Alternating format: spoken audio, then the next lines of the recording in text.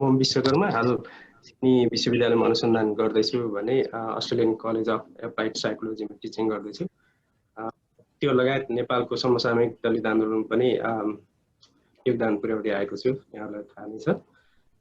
यस webinar सिरिजको चौथो भागमा उपस्थित सम्पूर्ण महानुभावहरूलाई मैले फेरि पनि स्वागत गर्न चाहन्छु। यो वेबिनार सुरु गर्नुभन्दा पहिले म फेरि पनि केही स्मरण गर्न चाहन्छु भने नेपालमा चाहिँ यो हालसालै रुकुममा भएको जातीय नरसंहारको विरुद्धमा जुन नेपालमा चलिरहेको दलित आन्दोलन छ त्यसप्रति फेरि पनि ऐक्यबद्धता जाहेर गर्न चाहन्छु र सम्पूर्ण साथीहरूले त्यो जातीय नरसंहारको विरुद्ध आवाज पनि उठाइराख्नु भएको छ भन्ने म विश्वास दिन चाहन्छु। माइक्रोफोन तपाईहरुको चाहिँ माइक म्युटमा राख्नु होला। आज हामी transnational labour migration from Nepal, transforming livelihoods and caste relation का विषयमा छलफल गर्दैछौँ। यो वेबिनार सिरिज चाहिँ खास गरी services for research and development अस्ट्रेलियाले सञ्चालन गर्दै आएको हो। यो चाहिँ एउटा अनुसन्धानमूलक संस्था हो र यसमा म इन्भल्भ छु र अन्य केही साथीहरू पनि हुनुहुन्छ। खास गरी नेपालले अहिले राजनीतिक संक्रमण पुरा गरेर आर्थिक विकास र समृद्धिलाई जोड दिइरहेको छ, तर विश्वको तुलनामा नेपालको अहिलेको स्थिति करिब 30औं गरीब राष्ट्रभित्र पर्दछ। नेपालको कुल ग्राहस्थ उत्पादनको करिब 25% अहिले पनि रेमिट्यान्समा निर्भर छ नेपाल। 6% को विकास दर काम गर्न सफल भएको नेपालले कोभिडको कारण करिब 3% मा झर्ने जस्तो देखिएको छ। समृद्ध नेपाल सुखी नेपालीको नाराका साथ विकासको गतिमा अगाडि बढ्ने नेपाल सरकारको प्रमुख लक्ष्य भए पनि सुशासन, स्थायित्व लगानीका चुनौतीहरू छँदैछन्। भौतिक विकास, आर्थिक विकास अथवा एकीकृत विकास अथवा समावेशी विकास के हो भन्ने सैद्धान्तिक चुनौती पनि छन् र कन्फ्युजन पनि देखिएका छन्। बढ्दो बेरोजगारी समस्या, आय आर्जनको अवसरका चुनौतीहरूले गर्दाखेरि दैनिक अहिले पनि 1500 भन्दा बढी युवाहरू वैदेशिक रोजगारमा जान बाध्य छन्। तर अब यो कोभिडको सिचुएसनले गर्दाखेरि यो अहिले त बन्द छ। त्यसमा दलित समुदायका धेरै युवाहरू वैदेशिक रोजगारमा जान बाध्य छन्। अन्तर्देशीय रोजगारले चुनौती मात्र नथपेर अवसर र विकासमा समेत अवसर पनि र विकासमा समेत टेवा दिइरहेको छ। यसै सन्दर्भमा वैदेशिक रोजगारले जीविकोपार्जन र जातीय सम्बन्धमा कस्तो असर गरेको छ भन्ने विषयमा चाहिँ आज हामी छलफलमा केन्द्रित गर्नेछौँ। यो छलफलमा चाहिँ मैले डाक्टर रमेश सुनामलाई पेपर प्रस्तुति गर्नको लागि अनुरोध गरेको छु। उहाँले चाहिँ transnational labour migration from Nepal, transforming livelihoods and caste रिलेसनको बारेमा आज पेपर प्रस्तुत गर्नुहुनेछ। रमेश सुनाम एक चिरपरिचित व्यक्ति हुनुहुन्छ। उहाँले क्यानबेरा नेसनल युनिभर्सिटीबाट विद्यावारिधि गर्नुभएको हो। उहाँ चाहिँ अहिले जापानको वासेदा युनिभर्सिटीमा सहायक प्राध्यापक एसिस्टेन्ट प्रोफेसरको रूपमा कार्यरत हुनुहुन्छ। उहाँले 20 भन्दा बढी विभिन्न लेख तथा पुस्तकहरू प्रकाशन गर्नुभएको छ। ती पुस्तकमध्ये समावेशी बहस र भर्खरै मात्र पब्लिस भएको the remittance village, transnational labour migration, livelihoods and agrarian change in Nepal भन्ने पुस्तक हो। त्यसकारण मैले चाहिँ उहाँलाई आज यो लेबर माइग्रेसन, यसको चाहिँ कास्ट रिलेसन के छ भन्ने विषयमा नै छलफल फोकस गर्न चाहन्छु र रिक्वेस्ट पनि गर्छु। उहाँको प्रेजेन्टेसन भन्दा पहिला मैले केही यो हाम्रो छलफलका नियमहरू बताउन चाहन्छु। हामीले करिब 1.5 घण्टादेखि 2 घण्टा भित्रमा आजको वेबिनार समापन गर्नेछौँ। गत वेबिनारहरू चाहिँ लगभग 2 घण्टा हामीले लिएको कारणले गर्दाखेरि 1.5 देखि 2 घण्टा भनेको मैले। त्यो भित्र हामी वेबिनारलाई समापन गर्ने प्रयास गर्नेछौँ। रमेशजीको प्रेजेन्टेसन पछाडि चाहिँ सहभागीहरूले क्वेसन अथवा चाहिँ कमेन्ट्सहरू राख्न सक्नुहुनेछ। क्वेसन र कमेन्ट्सको लागि चाहिँ तपाईहरुले मलाई च्याट बक्समा आफ्नो नाम उल्लेख गर्नुपर्ने हुनेछ। त्यसपछि म तपाईहरुलाई क्रमशः पालै पालो तपाईहरुको नाम उल्लेख गर्नेछु र क्वेसन तपाईले राख्न सक्नुहुनेछ। यो छलफलको अवधिभरिमा चाहिँ माइक म्युटमा राख्नु होला ताकि हामीले चाहिँ डाक्टर रमेशको प्रेजेन्टेसनलाई राम्रोसँग सुन्न सकौँ। त्यसैले अब म चाहिँ यो transnational labour migration from Nepal transforming livelihoods and caste रिलेसनका विषयमा आफ्नो प्रस्तुति गर्नु हुनको लागि चाहिँ डाक्टर रमेश सुनामलाई अनुरोध गर्छु। स्वागत पनि गर्न चाहन्छु। रमेशजी। Thank you ममजी। सुनिएको छैन अहिले? सुनिएको छ हजुर। अब यहाँ मैले तपाईले धेरै कुरा बताइसक्नु भएको छ। यो माइग्रेसनको बारेमा मैले केही समयदेखि विगत 5-7 वर्ष यसमा लागिरहेको छु रिसर्चमा, टिचिङ पनि गरिरहेको छु यही सब्जेक्टमा। र आजको यो प्रेजेन्टेसनमा जुन पार्टिसिपेट हुन पाइयो, प्रेजेन्टेसन गर्न पाइयो, अवसरको लागि तपाईलाई थ्याङ्क यू भन्न चाहन्छु। र सबै सहभागीलाई I would like to welcome to my talk. यो प्रेजेन्टेसनमा खास गरेर ट्रान्सनेशनल लेबर माइग्रेसन जसलाई हामीले नेपालमा वैदेशिक रोजगार पनि भन्छौँ, यसमा खास गरेर 3वटा की क्वेशन्समा फोकस गर्न चाहन्छु। यो प्रेजेन्टेसन मलाई लाग्छ करिब 30 मिनट जति म प्रेजेन्ट गर्छु होला। त्यस पछाडि अलिकति यहाँहरुको क्वेशन, फिडब्याक अनि त्यस पछाडि थप डिस्कसन गर्दा राम्रो हुन्छ जस्तो लाग्छ। किनकि अहिले यो इन्टरनेशनल लेबर माइग्रेसनको कन्टेक्स्ट चेन्ज भएको छ, यो खास गरेर कोभिड पेन्डेमिकको कारणले गर्दाखेरि। र त्यसमा पनि अलिकति हामीले के आइडियाजहरु एक्सप्लोर गर्न सक्यौं, के हो त future of international labour migration नेपालबाट भनेर डिस्कसन केही आइडियाजहरु म एक्सप्लोर गर्छु र यहाँहरुको पनि इनपुटको आशा गर्छु। र मैले अघि भने जस्तै यो प्रेजेन्टेसनमा चाहिँ 3वटा क्वेशन खास गरेर what are key changes in the rural poverty and livelihoods triggered by labor migration? एउटा प्रश्न यसमा फोकस गर्छु म मेरो प्रेजेन्टेसन। दोस्रो चाहिँ related to the first question, how does labor migration alter or shape caste relations in rural areas of Nepal? अनि finally, what is the future of labor migration in the post-COVID world? यो 3वटा प्रश्नहरुमा focus भएर म आफ्नो प्रस्तुति दिन चाहन्छु। र पहिलो क्वेशन चाहिँ अब अलिकति ब्याकग्राउन्ड यहाँहरुलाई धेरैलाई थाहा नै छ होला। नेपालबाट करिब 1 in 5 working age individuals they go overseas for employment. यो ठुलो स्केल हो out माइग्रेसनको, over 20% of working age people. Rameshji तपाईको पावर पोइन्ट छ भने शेयर गर्न मिल्छ, यसमा स्क्रिन शेयर गर्न मिल्छ? त्यो स्क्रिन शेयर गर्दा अलि डिस्ट्र्याक्सन होला कि भनेर। Okay, no worries no worries. हैन हुन्छ। फेरि पार्टिसिपेन्ट्सहरुले स्क्रिन अगाडि यो स्लाइड शेयर गर्दा उपयुक्त हुन्छ भन्नुहुन्छ भने I'm fine with that as well. कोही बेला के हुन्छ नि प्रस्तुति गरिराख्दाखेरि अब त्यो पावर पोइन्ट स्लाइड्समा कन्सन्ट्रेसन हुने र अलि त्यस्तो लागेर मैले। ठीक छ, हुन्छ, थ्यांक यू। र धेरै स्कलरहरुले भनिसकेका छन् Nepal is a remittance economy. World बैंकको 2019 को रिपोर्टले के भन्छ भने Nepal is the top remittance receiving country as a share of GDP. And in the 2019 मा $7.8 billion नेपालमा आएको थियो।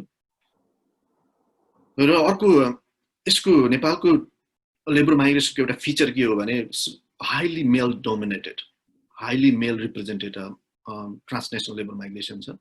ग्लोबली हेर्दाखेरि women को शेयर इन्टरनेशनल माइग्रेसनमा 40 to 48% जति छ, तर नेपालमा इट्स अराउन्ड 20%। अब धेरै यो फेरि वुमेन को आउट माइग्रेसन चाहिँ रेकर्ड पनि नहुने भएको भएर पनि यो स्ट्याटिस्टिक्समा केही डाउट हुन सक्छ, तर मोस्टली मेल आर माइग्रेन्ट्स। र अरु की फिचर्स नेपालको के हो भने lot of people from rural area they are increasingly involved in transnational labor migration. And the workforce is mostly low skilled, undereducated. So, तर अब यसको नेचर के हो भन्दाखेरि यो चाहिँ पर्मानेन्ट फर्म अफ माइग्रेसन होइन, यो टेम्पोररी लेबर माइग्रेसन हो। अब आफ्टर एटलिस्ट 2-3 years माइग्रेन्ट्सहरू नेपाल फर्किने हुन्छ, या उनीहरू नेपाल फर्केर नेपालमै बस्ने या अरू कन्ट्री या फेरि त्यही कन्ट्रीमा दोहोऱ्याएर जाने रिपिट माइग्रेसनको पनि ट्रेन्ड छ। र यो basically transnational labour migration is a household livelihood strategy. So अब यो ब्याकग्राउन्डमा अब नेपालको पवर्टीमा लाइभलीहुड्स चेन्जमा के इम्प्याक्ट परेको छ त भनेर मैले पनि केही स्टडी गरेको थिएँ सुनसरी डिस्ट्रिक्टमा अनि रामेछाप दोलखा जिल्लाहरूमा। र मेरो तराईको एउटा फाइन्डिङले के भन्छ भने 2/3 of migrants households moved out of poverty and they substantially improved their livelihoods. But at the same time, 1/3 of migrant households from the same village, they could not improve their livelihoods because they entirely relied on remittances. यसलाई अलिकति थप भन्दाखेरि एउटा photo तपाईहरुलाई share गर्न चाहन्छु अलि as a way of illustration.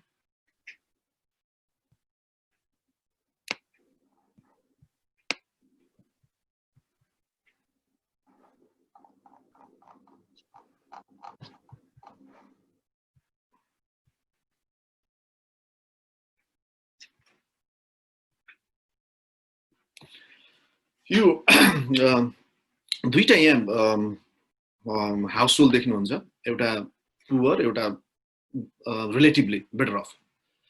र यो दुईटै घरको family member, one of the family members was involved in labor migration. तर एउटा हाउसहोल्ड अलि त्यहाँ घर पनि राम्रो छ, त्यो देख्न सक्नुहुन्छ। They improved their livelihoods and came out of poverty, but the other one, the other household could not lift itself out of poverty.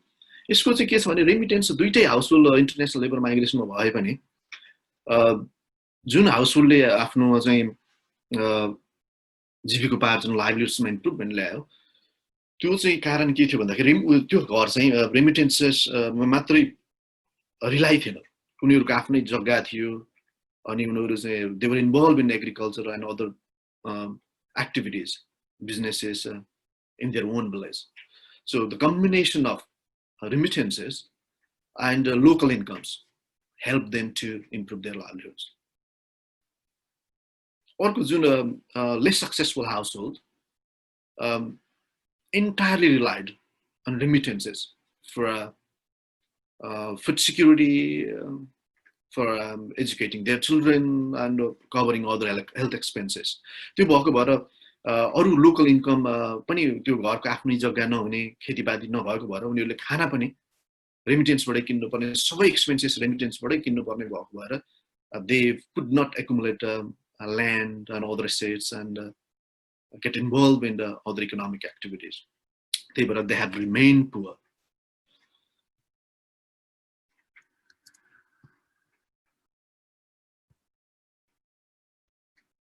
अब यो सिनारियो देखिन्छ र अब अर्को एउटा इन्ट्रेस्टिङ पोइन्ट के छ भने खास गरेर मेलहरु चाहिँ बाहिर विदेशमा काम गर्न जाने भएको भएर वुमेनहरु चाहिँ घरमै बस्ने, गाउँमा बस्ने र उनीहरु त्यहाँ बस्दाखेरि विभिन्न एक्टिभिटिज मा they are involved, agricultural non agricultural एक्टिभिटिजमा। त्यही भएर they have also contributed significantly to improve their लाइभलीहुड्स।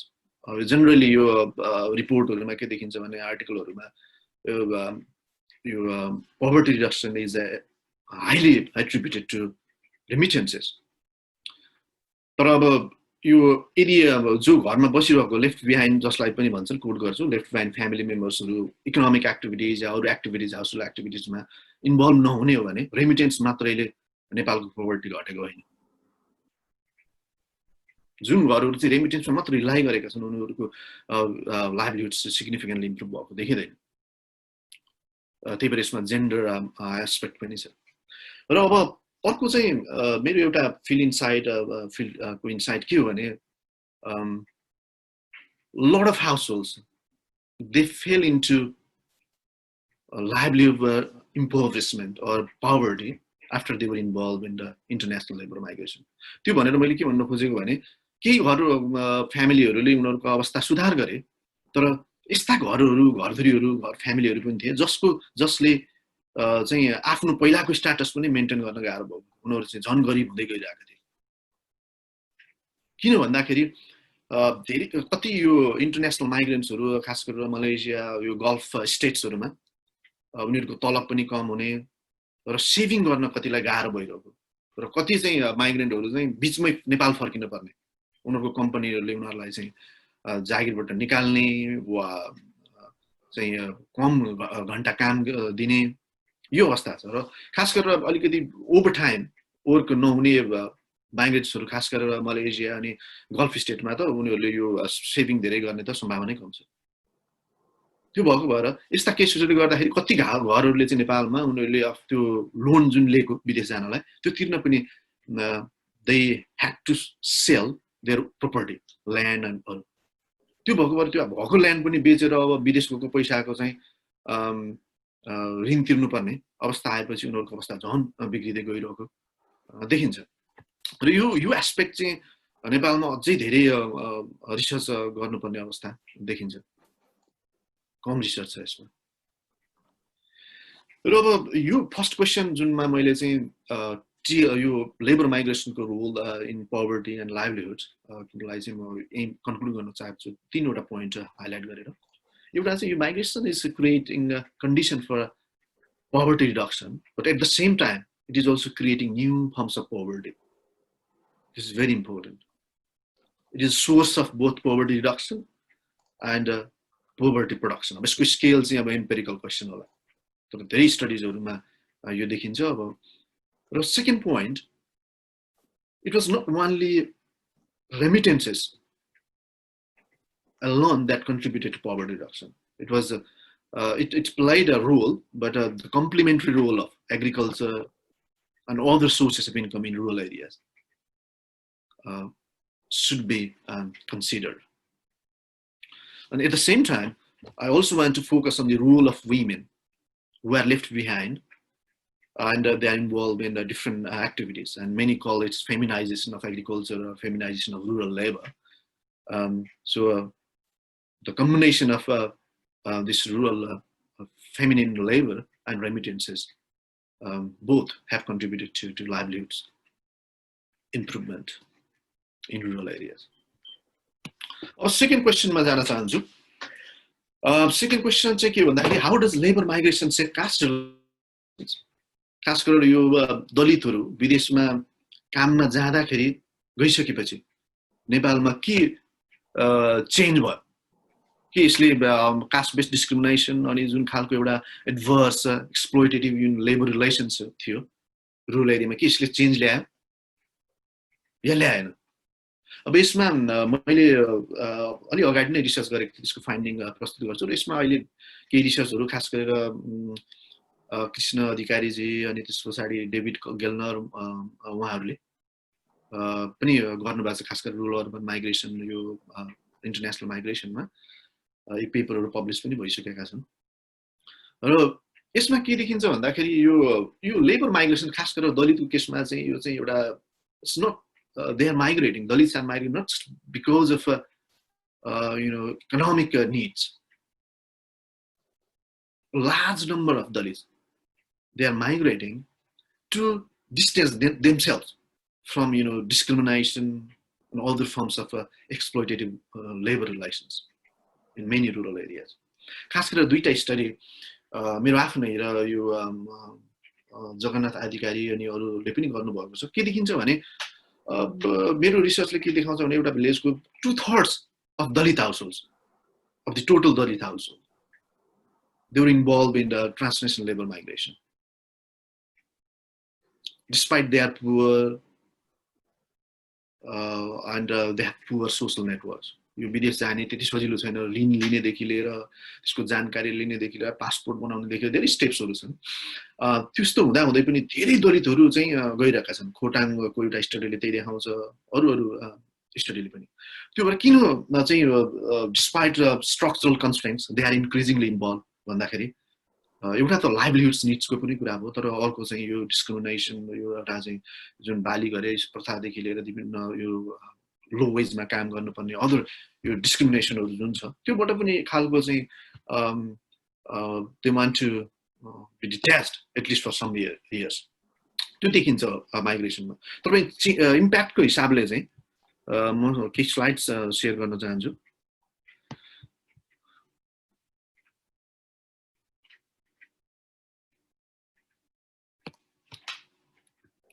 यो रेमिटेन्सेस अनि यो लेबर माइग्रेसनले चाहिँ दलितहरूको एक खालको फाइनेन्सियल क्यापिटल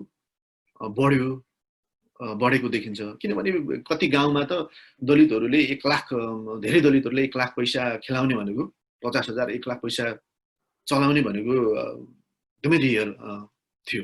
तर वैदेशिक गराले उनीहरूको क्यास एक्सेसमा चाहिँ गराएको छ। त्यसको कारणले धेरै दलितहरू चाहिँ अब landless or they are near landless so they are mostly buying land with remittances. At least घर बनाउनलाई अब धेरै जग्गा किन्नलाई त रिमिटेन्स नपुग्न सक्छ किनभने मलेसिया गल्फ स्टेटमा जानेले धेरै कमाउन गाह्रो छ। त्यही भएर कम्तीमा आफ्नो चाहिँ एउटा चाहिँ स्ट्याटस घर बनाउने या अलि राम्रो जग्गा किन्ने जहाँ घर बनाउन सकिन्छ त्यो किन्ने एउटा टेन्डेन्सी देखिन्छ। त्यस्तै गरेर जसले जग्गा किन्न नसके पनि उनीहरूले चाहिँ आफ्नो पहिलाको घरलाई रिफर्बिस गर्ने अनि त्यस पछाडि अझ सक्सेसफुल माइग्रेन्ट्सहरूले नयाँ घर बनाउने सानो भए पनि र यो खालको चेन्ज देखिन्छ। र त्यस्तै गरेर अब उनीहरूको कन्ज्युम्सन अनि यो कपडाहरू चाहिँ हिजो चाहिँ जुन हिसाबले थियो अलिकति कन्ज्युमेटिभ प्याटर्न पनि चेन्ज भएको छ। र अझ धेरै मेरो रिसर्चमा त के देखिन्छ भने पहिला यो माइग्रेसनमा नहुनुभन्दा यो अरूको पनि हो दलितको मात्र होइन धेरैको घरमा यो सुटकेस क्यामेरा टिभी हुने भनेको एकदमै रियर हुन्छ। त्यो भएर यो चाहिँ asset holdings the possession of TV यो सुटकेसेस क्यामेरा यो पनि बढ्दो छ। यसको सिम्बोलिक र यसको चाहिँ अरू पनि अर्थ छ। र त्यस्तै गरेर दलित महिलाहरूले चाहिँ गोल्ड ज्वेलरीहरू यस्तो पनि पहिला एकदम रियर हुन्थ्यो अहिले लाउने यसको पनि सिम्बोलिक इम्पोर्टेन्स अनि अरू एसेटलाई सेभ गर्ने कुराहरूमा यसको इम्पोर्टेन्स छ। र अर्को चाहिँ त्यो त यो अगाडिको चाहिँ अलिकति एसेट होल्डिङ्स र कन्ज्युम्सनको कुरा भयो। र अर्को चेन्ज के देखिन्छ भने यो जुन लेबर रिलेसन पहिलाको थियो कास्ट बेस्ड जुन प्याट्रन क्लाइन्ट कतिले जजमानी सिस्टम कतिले बाली गरे भन्छन् र युएसमा पनि चेन्ज आएको खास गरेर यो माइग्रेन्ट्सहरू जो चाहिँ विदेशबाट फर्के नेपालमा बस्ने गरे उनीहरूले चाहिँ आफ्नै बिजनेसहरू चलाउने युजिङ रेमिटेन्स क्यापिटल फ्यान्सी स्टोरहरू खोल्ने टेलरिङ आफ्नै पसल खोल्ने ताकि बाली गरे नगर्ने यो खालको ट्रेन्ड बढ्दो छ। So remittances and migration are helping them to detach themselves from traditional forms of labor relations with the so-called upper caste. अनि त्यस्तै गरेर उनीहरूको बार्गेनिङ पावर पनि बढेको छ खास गरेर यो लेबरिङ वेज लेबरिङमा उनीहरूको आफ्नै जग्गा सोर्स अफ लाइभलिहुड नभएर अरूको लागि काम गर्ने अरूको जग्गामा काम गर्ने फार्म र नन फार्ममा अहिले लो वेजहरू अफर उनीहरूलाई गर्दाखेरि त्यहाँ डिस्क्रिमिनेसन भयो जस्तो फिल भयो भने चाहिँ उनीहरूले चाहिँ त्यो उनीहरूको बार्गेनिङ पावर बढेको छ। त्यस्तै गरेर अब यो दुईटा चेन्ज भयो कन्ज्युम्सनमा चेन्ज भएको देखिन्छ लेबर रिलेसन्समा पनि चेन्ज भएको छ कि अब त्यसको कारणले अब अहिले can Dalit challenge discrimination and symbolic violence. अब सो कल्ड अपर कास्टहरूले उनीहरूलाई डिस्क्रिमिनेसन गर्दा या विभिन्न खालको फिजिकलहरू भायोलेन्स गर्दाखेरि अब आर दे च्यालेन्जिङ। अब यो फेरि माइग्रेसनको कारणले मात्र यो भएको चाहिँ होइन अरू धेरै फ्याक्टर छन्। नेपालमा धेरै मुभमेन्ट्सहरू भए एजुकेसन लेभल बढेको छ तर अब यो खास गरेर रेमिटेन्सले चाहिँ उनीहरूको फाइनेन्सियल क्यापिटल ह्युमन क्यापिटलको हिसाबले भन्दैछु भने विदेश जाने खास गरेर कति दलितहरू चाहिँ विदेशमा गएर गार्मेन्टमै काम गर्ने र आफ्नो पेसासँग एग्रिकल्चरमा काम गर्ने विभिन्न पेसासँग काम गर्ने अनि उनीहरू फर्कदा त्यो स्किल उनीहरूको बढ्यो नयाँ खालको र त्यसले ह्युमन क्यापिटल उनीहरूको नलेज स्किल्स जसलाई चाहिँ सोसल रेमिटेन्सेस पनि भन्छन् आइडियाज एक्सपिरियन्सेस उनीहरूको बढेको कारणले गर्दाखेरि खास गरेर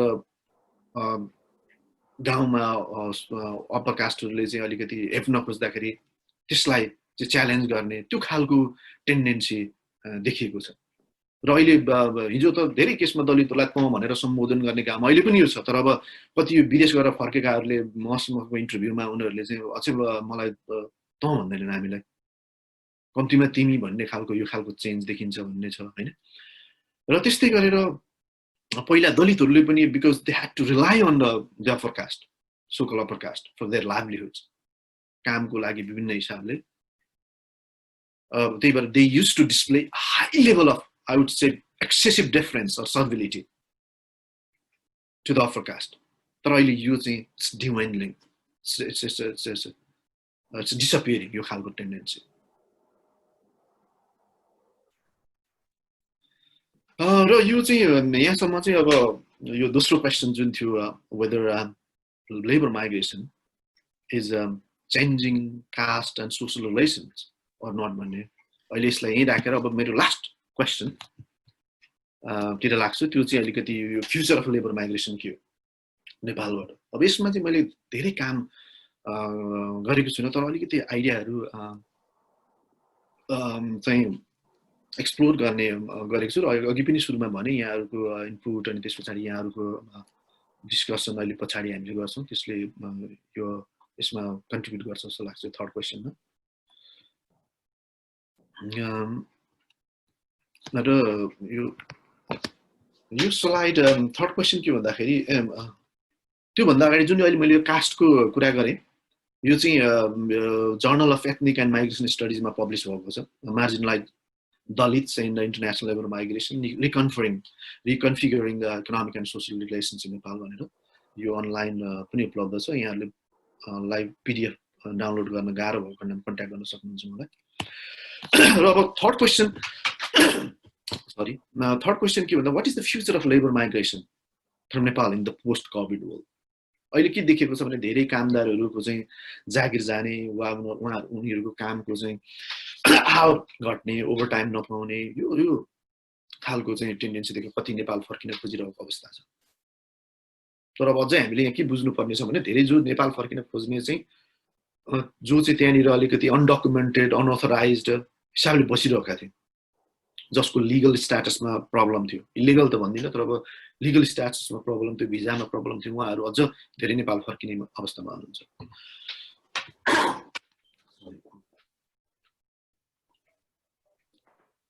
अब यस्तो अवस्थामा यो बिचमा नेपालमा लेबर माइग्रेसनमा खास गरेर पोस्ट 1990 अनि खास गरेर अझ 2000 पछाडि यति धेरै भयो कि नेपालबाट यो वैदेशिक रोजगारीमा जानेको संख्या बढ्यो त्यो बिचमा पनि यो माइग्रेसनले whether labour migration and remittances itself help to address structural drivers of factors of migration यो भन्नुको मैले के भन्न खोजेको भने यो रेमिटेन्सले गर्दाखेरि कि नेपालमा जसको कारणले गर्दाखेरि मान्छेहरू विदेश गइरहेका थिए खास गरेर पोभर्टी इम्प्लोइमेन्टहरू नपाइरहेको अवस्थामा धेरै मान्छेहरू विदेश गइरहेको अवस्था थियो कि अब रेमिटेन्स नेपालमा फ्लो भइसकेपछि त्यो अवस्था चेन्ज भयो कि पोभर्टी घट्यो अनि त्यस पछाडि खास गरेर एग्रिकल्चरल डेभलपमेन्टमा अनि अरू खालको चाहिँ इम्प्लोइमेन्ट जेनेरेसन बिजनेसमा केही चेन्ज आयो बढ्यो ताकि अब फ्युचर माइग्रेसन नहोस् यसमा के छ भने मेरो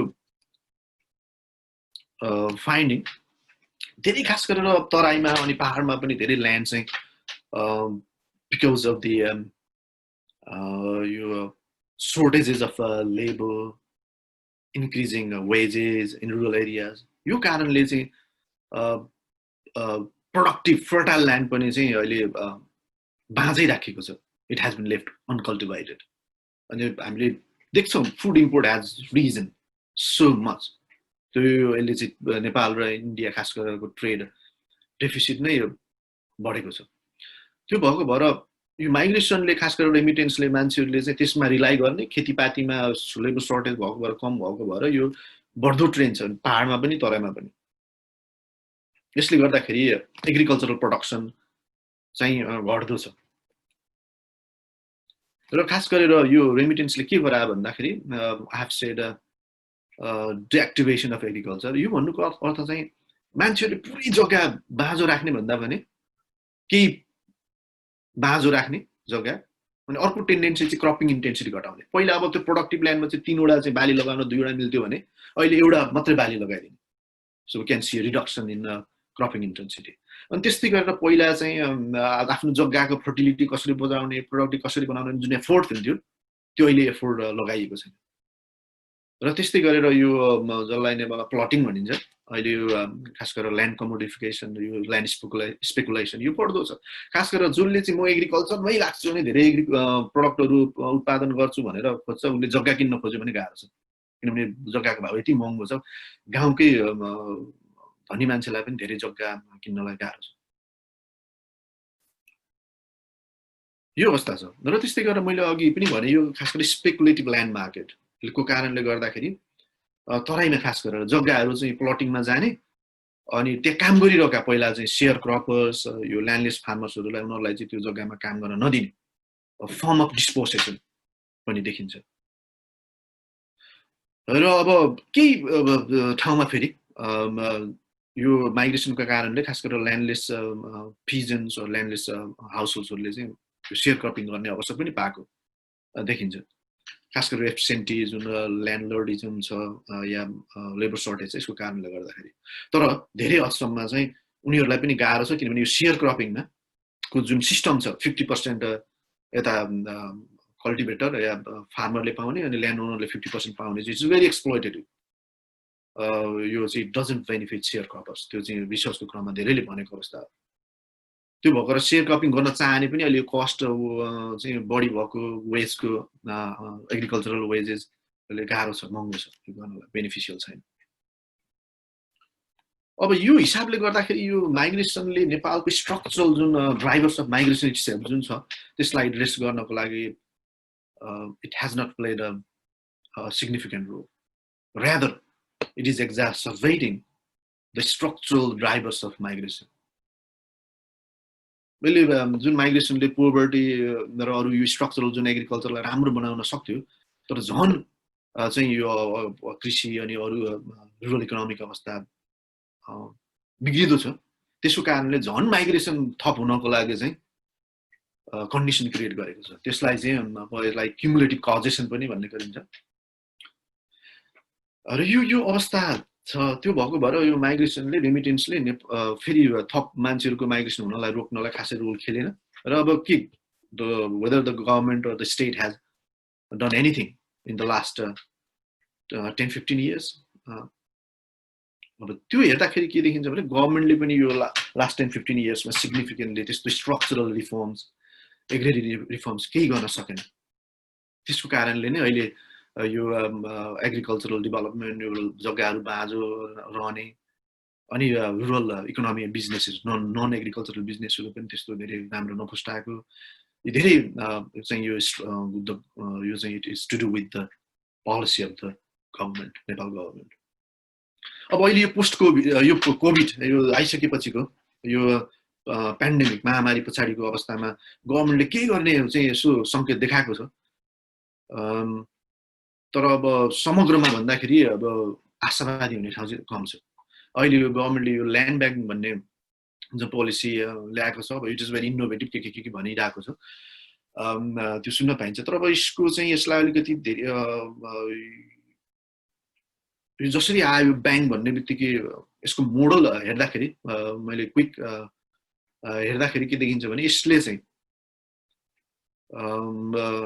एग्रिकल्चरल ट्रान्सफर्मेसनमा यसको रोल चाहिँ एकदमै मिनिमम हुने र ओन ट्रान्सफर्म यो जुन हाम्रो एग्रिरियन जुन सिस्टम रिलेसन छ त्यो नगर्ने देख्छु किनभने अब जग्गा बाँझो हुनेले धनीहरूले ब्याङ्कमा राख्न सक्छन् जसलाई चाहिँ त्यसले खेती गरेको छ ल्यान्डलेस मान्छेहरूलाई तिनीहरूलाई चाहिँ त्यहाँबाट डिट्याच हुने भयो त्यही भएर धेरैले जो सेयर क्रपिङ वा अरूको जग्गामा काम गरिरहेका थिए त्यसमा खास गरेर दलितहरू र ल्यान्डलेस मान्छेहरू बढी हुने सम्भावना छ तराई र पहाडमा पनि अब ल्यान्ड ब्याङ्कले जग्गा भएपछि उनीहरूले पाउने ग्यारेन्टी हुँदैन र केही समय उनीहरूले पाउने ग्यारेन्टी भए पनि केही समय they will have to lose त्यो ल्यान्ड फर फार्मिङ त्यही भएर मैले के देख्छु भने एउटा सिनारियो धेरै दलितहरू अनि खास गरेर यो सेयर क्रपिङमा लाग्नेहरू चाहिँ they will be dispossessed from land and of course the source of their livelihoods. र अर्को चाहिँ गभर्नमेन्टले यो ल्यान्ड ब्याङ्कको कन्सेप्ट भन्दा पनि खास गरेर यो जुन सेयर क्रपिङको प्र्याक्टिस छ अनि जग्गा कसरी खेती गर्छु भन्नेलाई कम रेन्टमा दिने यो ब्याङ्कको जुन मार्केट रिफर्मको कन्सेप्ट भन्दाखेरि बरु जग्गा सेयर क्रपिङको रिफर्म चाहिँ 2/3 कम्तीमा चाहिँ 2/3 चाहिँ भाग चाहिँ काम गर्ने जसले खेती गर्छ उसलाई दिने 1/3 मात्रै चाहिँ ओनरलाई दिने हो भनेदेखि धेरै चाहिँ मान्छेहरूले बेनिफिट हुन्छ त्यहीँबाट अहिलेको यो जुन प्र्याक्टिसबाट 50-50% भन्दा। अब 1/3 चाहिँ काम गर्नेलाई दिँदाखेरि काम गर्ने पनि धेरै मान्छेहरू इच्छुक हुन्थे सेयर क्रपिङ गर्नलाई। अब त्यो गर्नलाई गभर्नमेन्टले चाहिँ कुनै एफोर्ट लगाएको देखिँदैन स्ट्रङली। र खास गरेर लोकल गभर्नमेन्टले यो काम गर्न सक्छ। आफ्नो भएका जग्गाहरू चाहिँ खाली जग्गा कति छन् र त्यसमा चाहिँ के रिफर्म ल्याउने, यो 50-50% होइन 1/3 मात्रै ल्यान्ड ओनरलाई जाने भन्ने ल्यान्ड ओनर पनि खुसी नै हुन्थे खासमा। कति धेरै यो ल्यान्ड भएका मान्छेहरू छन् उनीहरूलाई त्यो एग्रिकल्चर इन्कमको चाहिँ कुनै महत्त्वै छैन। They have other important source of income. त्यही भएर यो यस्ता खालका चाहिँ माइनर रिफर्म्स तर they may bring about significant changes in agriculture यो यस्ता कुराहरूलाई ध्यान दिएको छैन। र त्यस्तै गरेर अरू एग्रिकल्चर जुन चाहिँ कमर्सियल हिसाबले लाग्छु भनेको छ इन्टरप्राइज या एग्रेरियन इन्टरप्रेन्योरसिप जुन डेभलपको लागि पनि गर्नको लागि पनि गभर्नमेन्टले त्यो ल्यान्ड चाहिँ ब्याङ्क नै आवश्यक थिएन।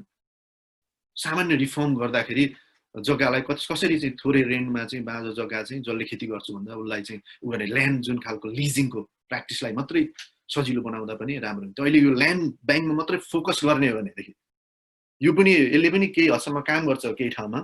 तर यो ल्यान्ड ब्याङ्कमा मात्रै यदि गभर्नमेन्ट फोकस भयो भनेदेखि मलाई लाग्छ यसले धेरै गरिब विपन्नहरू दे विल बी डिसएडभान्टेज। अनि अर्को कुरा त एग्रेरियन प्रोडक्सन पनि बढ्दैन। त्यो मेरो इनिसियल यो थट्स हो र यहाँहरूको थट्स पनि अहिले सुन्न चाहन्छु।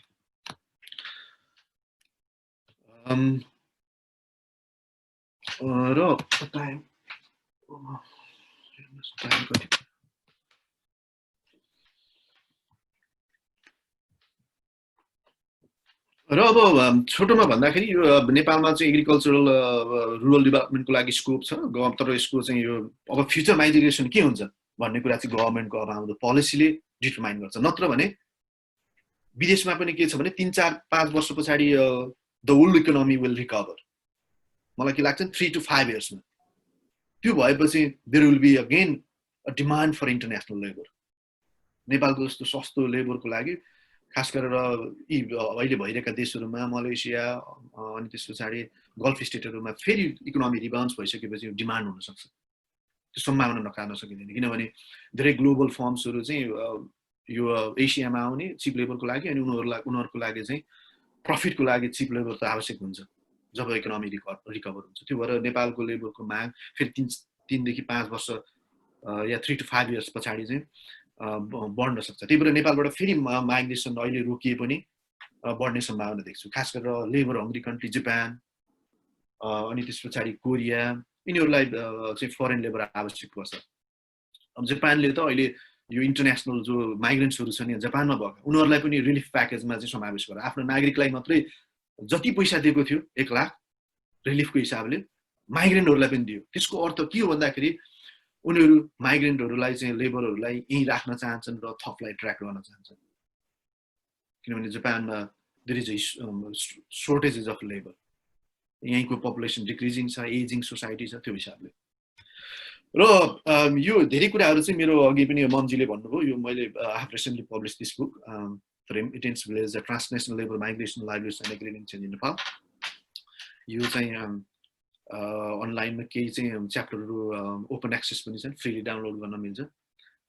यसबाट धेरै आइडियाहरू लिएको छु। यति भन्दै I would like to end my presentation, and I will be happy to take your questions, suggestion and feedback. Thank you so much. Thank you, Dr. Ramesh Sunam. तपाईको यो comprehensive र in-depth research based presentation को लागि धेरै कुरा तपाईले रिसर्चमा आधारित तथ्यहरूलाई नै यहाँ प्रेजेन्टेसन गर्नुभएको छ। यसले हामीलाई धेरै फाइदा पुर्याएको छ भन्ने मलाई लागेको छ। खास गरी तपाईले यो 3 वटा क्वेशनमा आधारित आजको प्रेजेन्टेसन थियो हैन। एउटा अग्रारियन सोसाइटीलाई चाहिँ यो ट्रान्सनेसनल लेबर माइग्रेसनले चाहिँ कसरी सहयोग पुर्याइरहेको छ हैन। त्यस्तै गरी अर्को चाहिँ अब यो कास्ट रिलेसनमा केही परिवर्तन आयो कि आएन र पोस्ट कोभिड वर्ल्डमा चाहिँ कस्ता खालको अवसरहरू हुन सक्छन् भन्ने विषयमा तपाईले प्रेजेन्टेसन गर्नुभयो। अब त्यहाँ नेपालको लेबर माइग्रेसनको केही फिचरहरू पनि तपाईले बताउनु भएको थियो। मैले क्विकली यहाँ समराइज मात्र गर्न खोजेको, म धेरै यसमा जान चाहन्न हैन। डिटेलमा तपाईले भनिसक्नु पनि भएको छ। अब यो खास गरी सबैलाई थाहा भएकै कुरा हो, नेपालमा चाहिँ रेमिटेन्स बेस्ड इकोनोमी छ हैन। त्यो कुरा बताउनु भयो। त्यस्तै गरी $7.8 बिलियन चाहिँ रेमिटेन्स आयो नेपालमा भन्ने कुरा पनि तपाईले बताउनु भयो हैन। त्यस्तै गरी अब अर्को फिचर कुरा गर्दाखेरि हाइली मेल डोमिनेटेड जुन लेबर माइग्रेसनको कुरा गर्नुभयो हैन। अब यो केही फिचरहरू भयो भने अब हामीलाई सबैलाई थाहा छ कि अब यो लेबर माइग्रेसन चाहिँ रुरल एरियाबाटै बढी हुने अनस्किल लेबर माइग्रेसन चाहिँ भइरहेको छ। अब तपाईको रिसर्चले देखाए अनुसार चाहिँ 2/3 माइग्रेटेड हाउसहोल्ड चाहिँ यो पोभर्टीबाट लिफ्ट आउट भयो भन्ने कुरा यो चाहिँ मलाई राम्रो लाग्यो हैन। अब अर्को चाहिँ 1/3 अझै पनि मुभ आउट हुन सकेका छैनन्। कारण के रहेछ त भनेर तपाईले त्यस प्रश्न पार्नुभयो हैन। अब कारण चाहिँ उनीहरुको एक्जिस्टिङ इकोनोमिक सोर्सेसहरु अथवा ल्यान्ड त्यस्तो भएको केसमा चाहिँ पोभर्टीबाट उनीहरु निस्किन सक्छन्, नभए सक्दैनन् भन्ने तपाईको आर्गुमेन्ट। त्यो चाहिँ समय सापेक्ष अथवा त्यो तथ्यमा आधारित नै छ भन्ने लाग्छ मलाई। अब यो जेन्डरले पनि राम्रो रोल खेलिरहेको छ पोभर्टीबाट निस्कनको लागि। महिलाहरूको जुन इकोनोमिक पार्टिसिपेसन छ गाउँघरमा, एग्रिकल्चरदेखि सबै कुरामा भन्ने कुरा छ। अनि त्यसैले यो पनि राम्रो कुरा हो जस्तो लाग्छ। अब यो दोस्रो प्रश्नको कुरा गर्दाखेरि चाहिँ अलिकति यो कास्ट रिलेसनमा कस्तो असर गरिरहेको छ यसले भन्ने कुरा चाहिँ त्यो पनि फ्याक्ट बेस नै छ हैन। अब खास गरी डिस्क्रिमिनेसनबाट चाहिँ केही समय भए पनि टाढा जान सकिन्छ कि भन्ने हिसाबले माइग्रेसन हुने कुराहरू देखि लिएर समाजमा चाहिँ त्यसले केही प्रभाव पारेको आर्थिक गतिविधिमा चाहिँ अभियसली प्रभाव भइसकेपछि अथवा उनीहरूको आर्थिक एक्टिभिटिज इम्प्रुभ भइसकेपछि त्यसले चाहिँ रिलेसनमा राम्रै इम्प्रुभमेन्ट लिइरहेछ भन्ने कुरा जुन पोजिटिभ एस्पेक्ट चाहिँ तपाईले यहाँ हाइलाइट गर्नुभयो हैन। तर अब यसमा केही यहाँ भएका सहभागी साथीहरूले पनि आफ्नो विचार पनि राख्नुहुनेछ हैन। कस्तो छ त खास गरी अब यो आर्थिक अवस्था चाहिँ इम्प्रुभ हुन बित्तिकै कास्ट रिलेसन चाहिँ इम्प्रुभ भएको छ कि छैन भन्ने कुरा अनुभवको आधारमा पनि बताउन सकिन्छ हैन। अब अर्को कुरा चाहिँ यो फ्युचर अब लेबर माइग्रेसन चाहिँ कस्तो हुन सक्छ पोस्ट कोभिड वर्ल्डमा। तपाईले भने जस्तो अब यो खास गरी इकोनोमिक रिकभरी भइसकेपछि चाहिँ त्यसका अवसरहरू धेरै हुन सक्छन् भन्ने त्यो अफकोर्स त्यो हो नै हैन। त्यसकारणले गर्दाखेरि अब त्यो नेपालको बाँझो जग्गा जमिनमा चाहिँ इन्भल्भमेन्ट हुने कुरामा चाहिँ अब हुन त त्यसमा कस्तो छ भने दलितहरूको आफ्नै जग्गा जमिन छ कि छैन एउटा त्यो डिटरमाइनिङ फ्याक्टर होला। अनि अर्को कुरा चाहिँ फेरि अन्य समुदायबाट चाहिँ त्यो जग्गा जमिन सेयर क्रपिङमा लिनको लागि एक्सेसको कुरा पनि रहला है। त्यो पनि म केही पोइन्ट आउट गर्न चाहन्छु। समग्रमा चाहिँ तपाईको प्रेजेन्टेसन एकदम फ्याक्ट बेसमा थियो।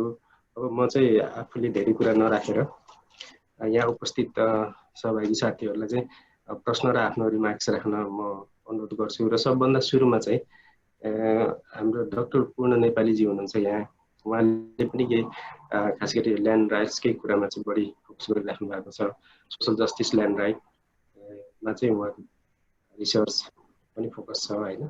चाहिँ क्विक 1-2 मिनेटमा छोटो कमेन्ट्री राख्नको लागि म पूर्णजीलाई अनुरोध गर्छु। पूर्णजी। Thank you Momji. मलाई सबैलाई नमस्कार। मलाई त्यति धेरै कुरा राख्नु छैन, तर मैले एक दुईवटा कुरा चाहिँ राख्नुलाई सोचेको थिएँ। Thank you for this opportunity. पासमा डक्टर रमेशको भेरी आउटस्ट्यान्डिङ प्रेजेन्टेसनहरू, very well recognise and emerging social scientist पनि हो उहाँ हैन। त्यो हिसाबले चाहिँ उहाँको मलाई सुन्न पनि मन लागिराखेको थियो। धेरै यङ स्कलरहरूको उपस्थिति देखिन्छ, पिएचडी स्कलर पनि हुनुहुन्छ। त्यो हिसाबले चाहिँ उहाँको प्रेजेन्टेसनले रियल सोसल साइन्टिस्टको रिफ्लेक्सन चाहिँ आएको चाहिँ छ। त्यो हिसाबले चाहिँ म आफू पनि बेनिफिट हुने चान्सेस चाहिँ देखिन्छ। अलिकति थ्योरिटिकल स्टफ, थ्योरिटिकल फ्रेमवर्क र अलिकति मेथोलोजिकल कुराहरू, किनकि हामीले यङ स्कलरलाई इन्करेज पनि गर्नुपर्ने चाहिँ छ। त्यो हिसाबले चाहिँ त्यो ओरिएन्टेसनमा भयो भने राम्रो हुन्छ कि जस्तो चाहिँ लाग्छ मलाई होइन। र जहाँसम्म मेरो अर्को कुरा चाहिँ के छ भन्दाखेरि चाहिँ हामी अहिले काठमाडौँ युनिभर्सिटी अलिकति युनिभर्सिटी एन्ड कम्युनिटी पार्टनरसिपको प्रिन्सिपलमा अहिलेको कोभिड सिचुएसनमा कसरी काम गर्न चाहिँ सकिन्छ। Just we are working together with Lamjung skill development फाउन्डेसनसित पोलिसी आउटरिच सेन्टर चाहिँ हामीले त्यहाँनिर राखेर we should be able to serve the community. त्यसले गर्दाखेरि चाहिँ हाम्रो काठमाडौँ युनिभर्सिटीको work in collaboration with the policy centre and Kathmandu university innovation सेन्टरलाई एकदम डाइरेक्टली बेनिफिट हुने किसिमको चाहिँ मैले बुझेको चाहिँ छु र हामीलाई काम पनि राम्रो गर्छ जस्तो चाहिँ लाग्छ।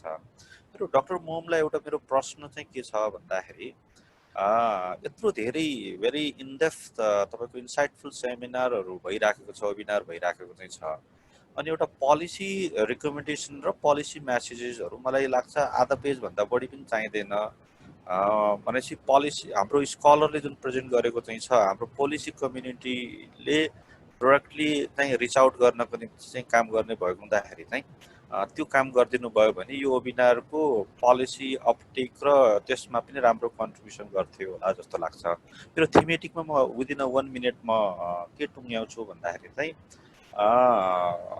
डाक्टर रमेशलाई मेरो एउटा सानो प्रश्न चाहिँ के छ भन्दाखेरि चाहिँ अब यो माइग्रेसन चाहिँ एकदमै व्यापक रूपमा रिभर्स माइग्रेसन भइराखेको चाहिँ छ, अनि यो रिभर्स माइग्रेसन हुँदाखेरि मलाई लाग्छ इम्प्लोइमेन्ट जेनेरेसन्स पनि सम्भावना चाहिँ देखिन्छ र मलाई लाग्छ एग्रिकल्चरले नै बढी तपाईँको इम्प्लोइमेन्ट जेनेरेसन गर्न सक्ने पोसिबिलिटी र एब्जर्ब उसैले गर्छ जस्तो चाहिँ लाग्छ। त्यसले गर्दाखेरि चाहिँ फ्युचर कन्सिक्वेन्सेस चाहिँ के हुन्छ होला, उहाँसित फ्याक्ट्स एन्ड फिगर र डेटा समेत चाहिँ छ। यो गाउँमा चाहिँ तपाईँको चाहिँ एकदम जथाभावी रूपमा चाहिँ जाने टेन्डेन्सी चाहिँ देखिन्छ। त्यसले गर्दाखेरि चाहिँ यो इम्प्लोइमेन्ट साँच्चैको इम्प्लोइमेन्ट हुन्छ कि मिसइम्प्लोइमेन्ट हुन्छ कि अथवा त्यो के हुन्छ, त्यसको अलिकति प्रोजेक्सन चाहिँ उहाँले विथ फ्याक्ट्स एन्ड फिगर र डेटा समेत भनिदिनु भयो भने चाहिँ will be benefited for that भन्ने कुरा चाहिँ छ। र अर्को जहाँसम्म इन्क्लुजनको पोइन्ट अफ भ्यूले मलाई लाग्छ हाम्रो इन्टरसेक्सनालिटीको लेन्समा पनि धेरै काम गर्नुभएको चाहिँ छ डाक्टर रमेशले। अब कसरी चाहिँ तपाईँको चाहिँ most disadvantage in terms of the class, caste and जेन्डरको हिसाबले चाहिँ तल्लो तहको सिचुएसन के हुन चाहिँ सक्छ, सम्भावतहरूले अघि पनि भनिसक्नुभयो, त्यो हिसाबले चाहिँ त्यसलाई पनि म अलिकति बुझ्न खोजिराखेको चाहिँ छु। अनि अर्को चाहिँ तपाईँको इन्टरसेक्सनालिटीको लेन्सलाई पोलिसी म्यासेज दिँदाखेरि चाहिँ गभर्मेन्टलाई के दिँदा ठिक हुन्छ होला, डाक्टर रमेशले चाहिँ यसमा पनि अलिकति आफ्नो इन्साइट्सहरू राख्नुभयो भने ठिक हुन्थ्यो। अनि धेरै साथीहरूको कन्सर्न चाहिँ उहाँको चाहिँ आउटस्ट्यान्डिङ साइन्टिफिक कन्ट्रिब्युसन चाहिँ छ, इभन इन्क्लुडिङ यो पावर पोइन्ट त त्यति जरुरी होला कि नहोला, तर त्यो आर्टिकल चाहिँ मलाई लाग्छ डाक्टर मोम थ्रो हुन्छ कि डाक्टर रमेशले चाहिँ एक्सेसमा ल्याइदिनु भयो भने चाहिँ all of us will be benefited to greater extent भन्ने कुरो। थ्याङ्क यू सो मच है त, मेरो यति नै हो। थ्याङ्क यू पूर्णजी तपाईँको क्वेसन र कमेन्ट्सको लागि। मैले अब यो पोलिसी ब्रिफ अथवा चाहिँ हाफ अ पेजर इन्फो चाहिँ अफकोर्स गर्ने नै छु होइन, तर हाम्रो यो वेबिनार सिरिजको one of the key objectives चाहिँ वेबिनार सिरिज पछाडि हामीले एउटा कम्पाइल बुक फर्ममा पब्लिकेसन गर्ने हाम्रो उद्देश्य हो। त्यस कारणले गर्दाखेरि अफकोर्स यहाँ भएका डिस्कसनहरू चाहिँ सबै त्यसमा इन्क्लुड हुन्छ नै। त्यो बाहेक इमिडिएट इन्फर्मेसनको लागि हाफ अ पेजर चाहिँ बनाउन प्रब्लम छैन, त्यसको लागि म कमिटमेन्ट गर्न चाहन्छु। अब तपाईँको चाहिँ अब कमेन्ट मात्र नभएर दुईवटा प्रश्न पनि त्यहाँ जोडिएको भएर रमेशजीलाई क्विकली म रेस्पोन्स गर्न चाहन्छु, त्यसपछि म अरू सहभागीतर्फ लाग्छु। रमेशजी सुनिन्छ ममजी?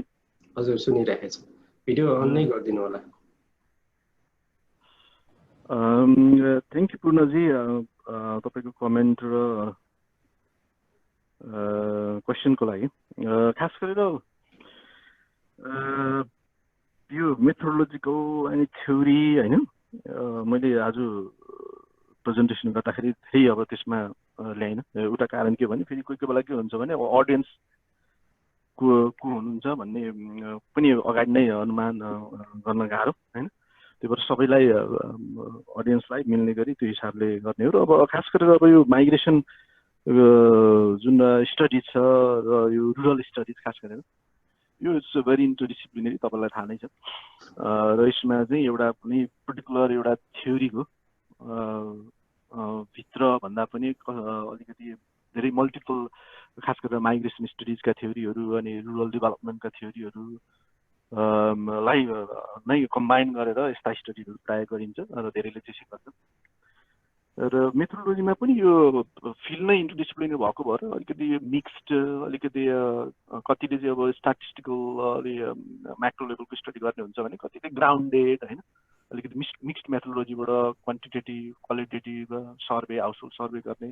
र म चाहिँ खास गरेर अर्को यो पछि भनेको प्याराडाइम खास गरेर अलिकति ग्राउन्डेड स्टडिज गर्ने, अलिकति फिल्ड लेभल इनडेप्थ स्टडी गर्ने मेरो टेन्डेन्सी छ। अब आफ्नो रिसर्च क्वेसनको कारणले कसले के गर्ने भन्ने आफ्नो चोइसको कुरा हुन्छ र त्यो रिसर्च क्वेसन्स अनि रिसर्च टपिकले के डिमान्ड गर्छ, कसरी आफ्नो रिसर्च क्वेसनहरू बेटर एड्रेस गर्न सकिन्छ भन्नेबाट नै मेथोडोलोजीहरू अप्लाई गरिन्छ। तर मेरो केसमा चाहिँ मैले खास गरेर हाउस होल्ड सर्वे गर्ने अनि त्यसपछि इन्टरभ्युजहरू र फिल्ड अब्जर्भेसन गर्ने यी तीनटा मेन मेथोडोलोजिज गर्ने गरेको छु।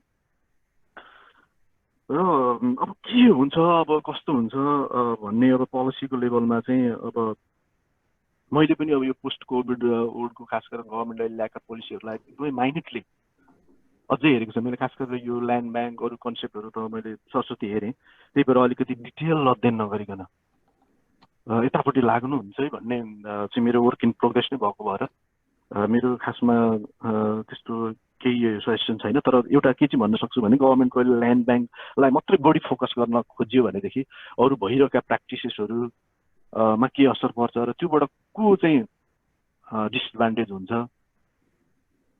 भन्ने पनि हेर्नुपर्छ जस्तो लाग्छ।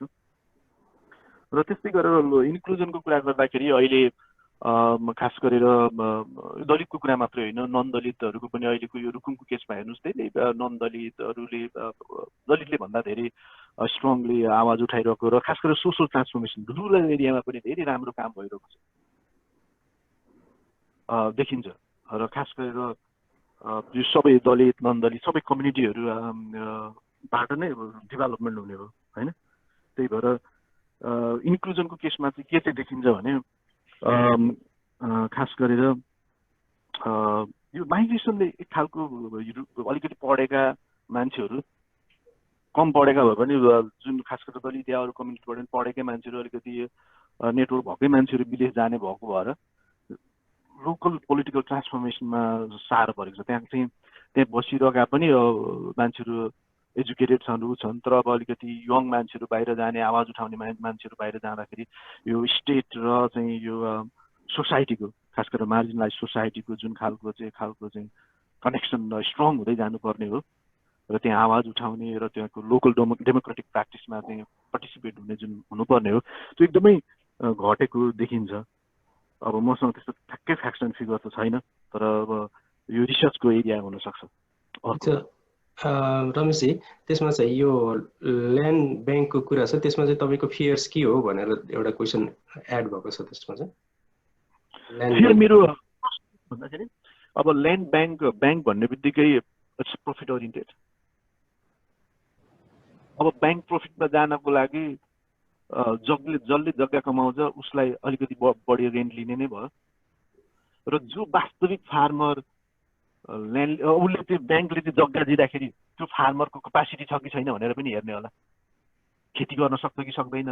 अझ यो ल्यान्ड ब्याङ्कले त अझ कमर्सियल अलिकति एकदमै क्यास क्रपतिर अझ फोकस गर्ने होला। जब त्यस्तो क्यापासिटी या कोल्याटरल या चाहिँ अरू फाइनेन्सियल क्यापासिटी नभएको मान्छेलाई ब्याङ्कले जग्गा नदिन सक्छ।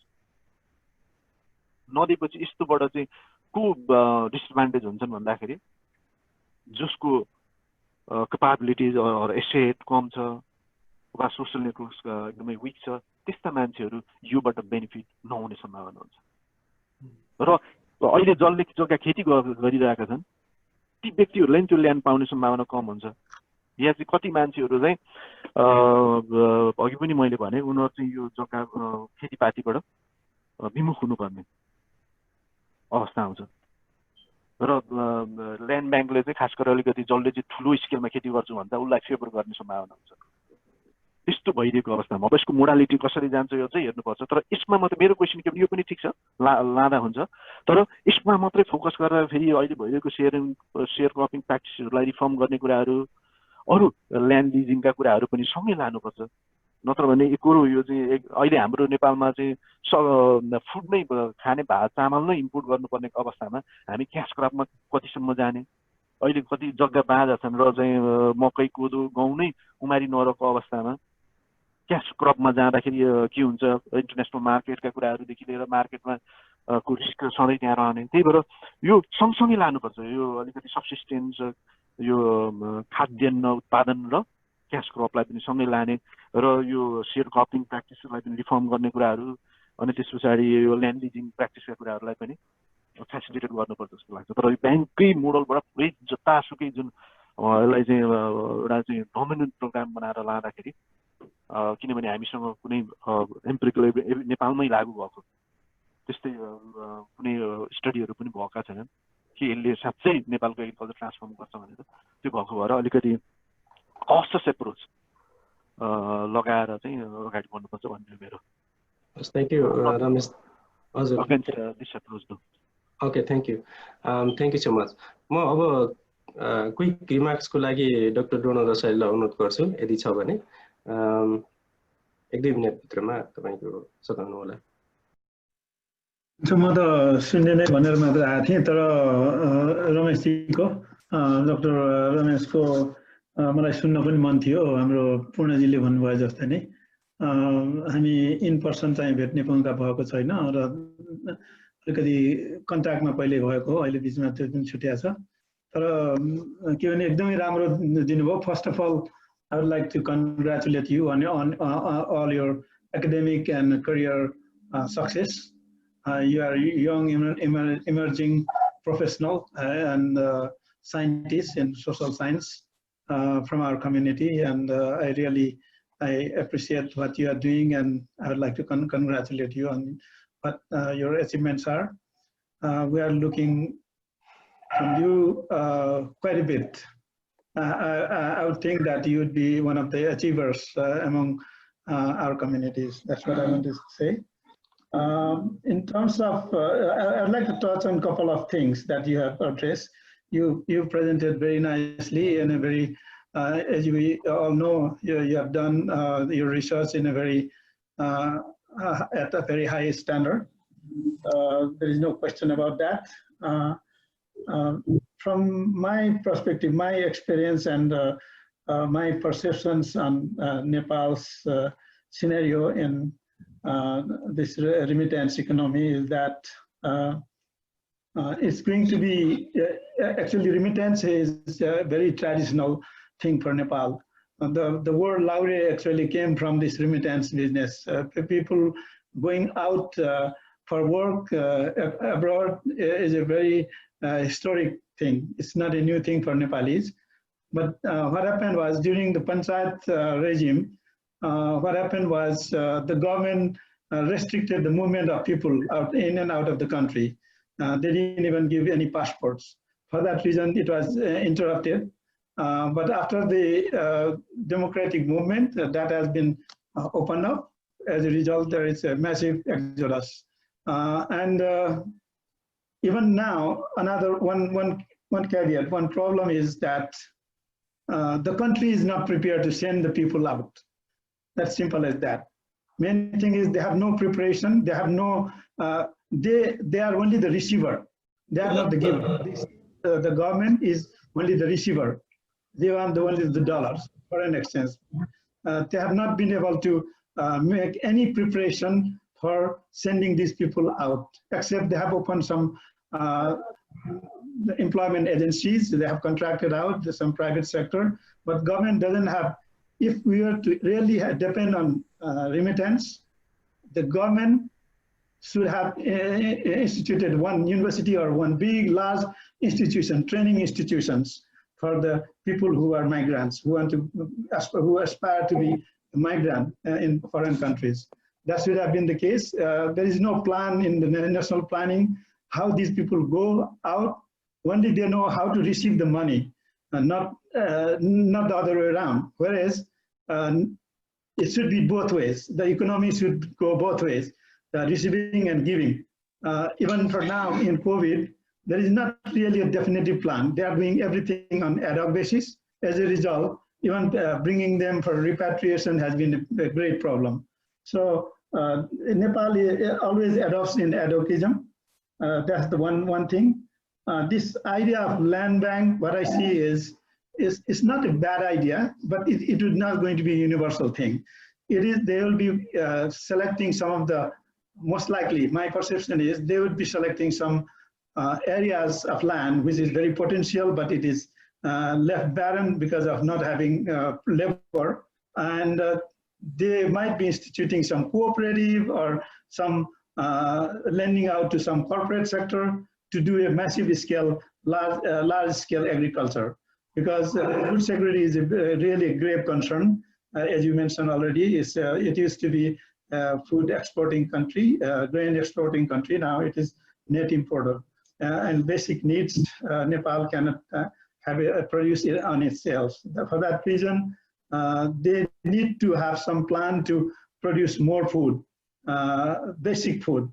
For that reason, I suspect this land bank plan will bring out some of the enterprises. They will constitute some cooperative. Most likely they will give, because it's a communist party ruling.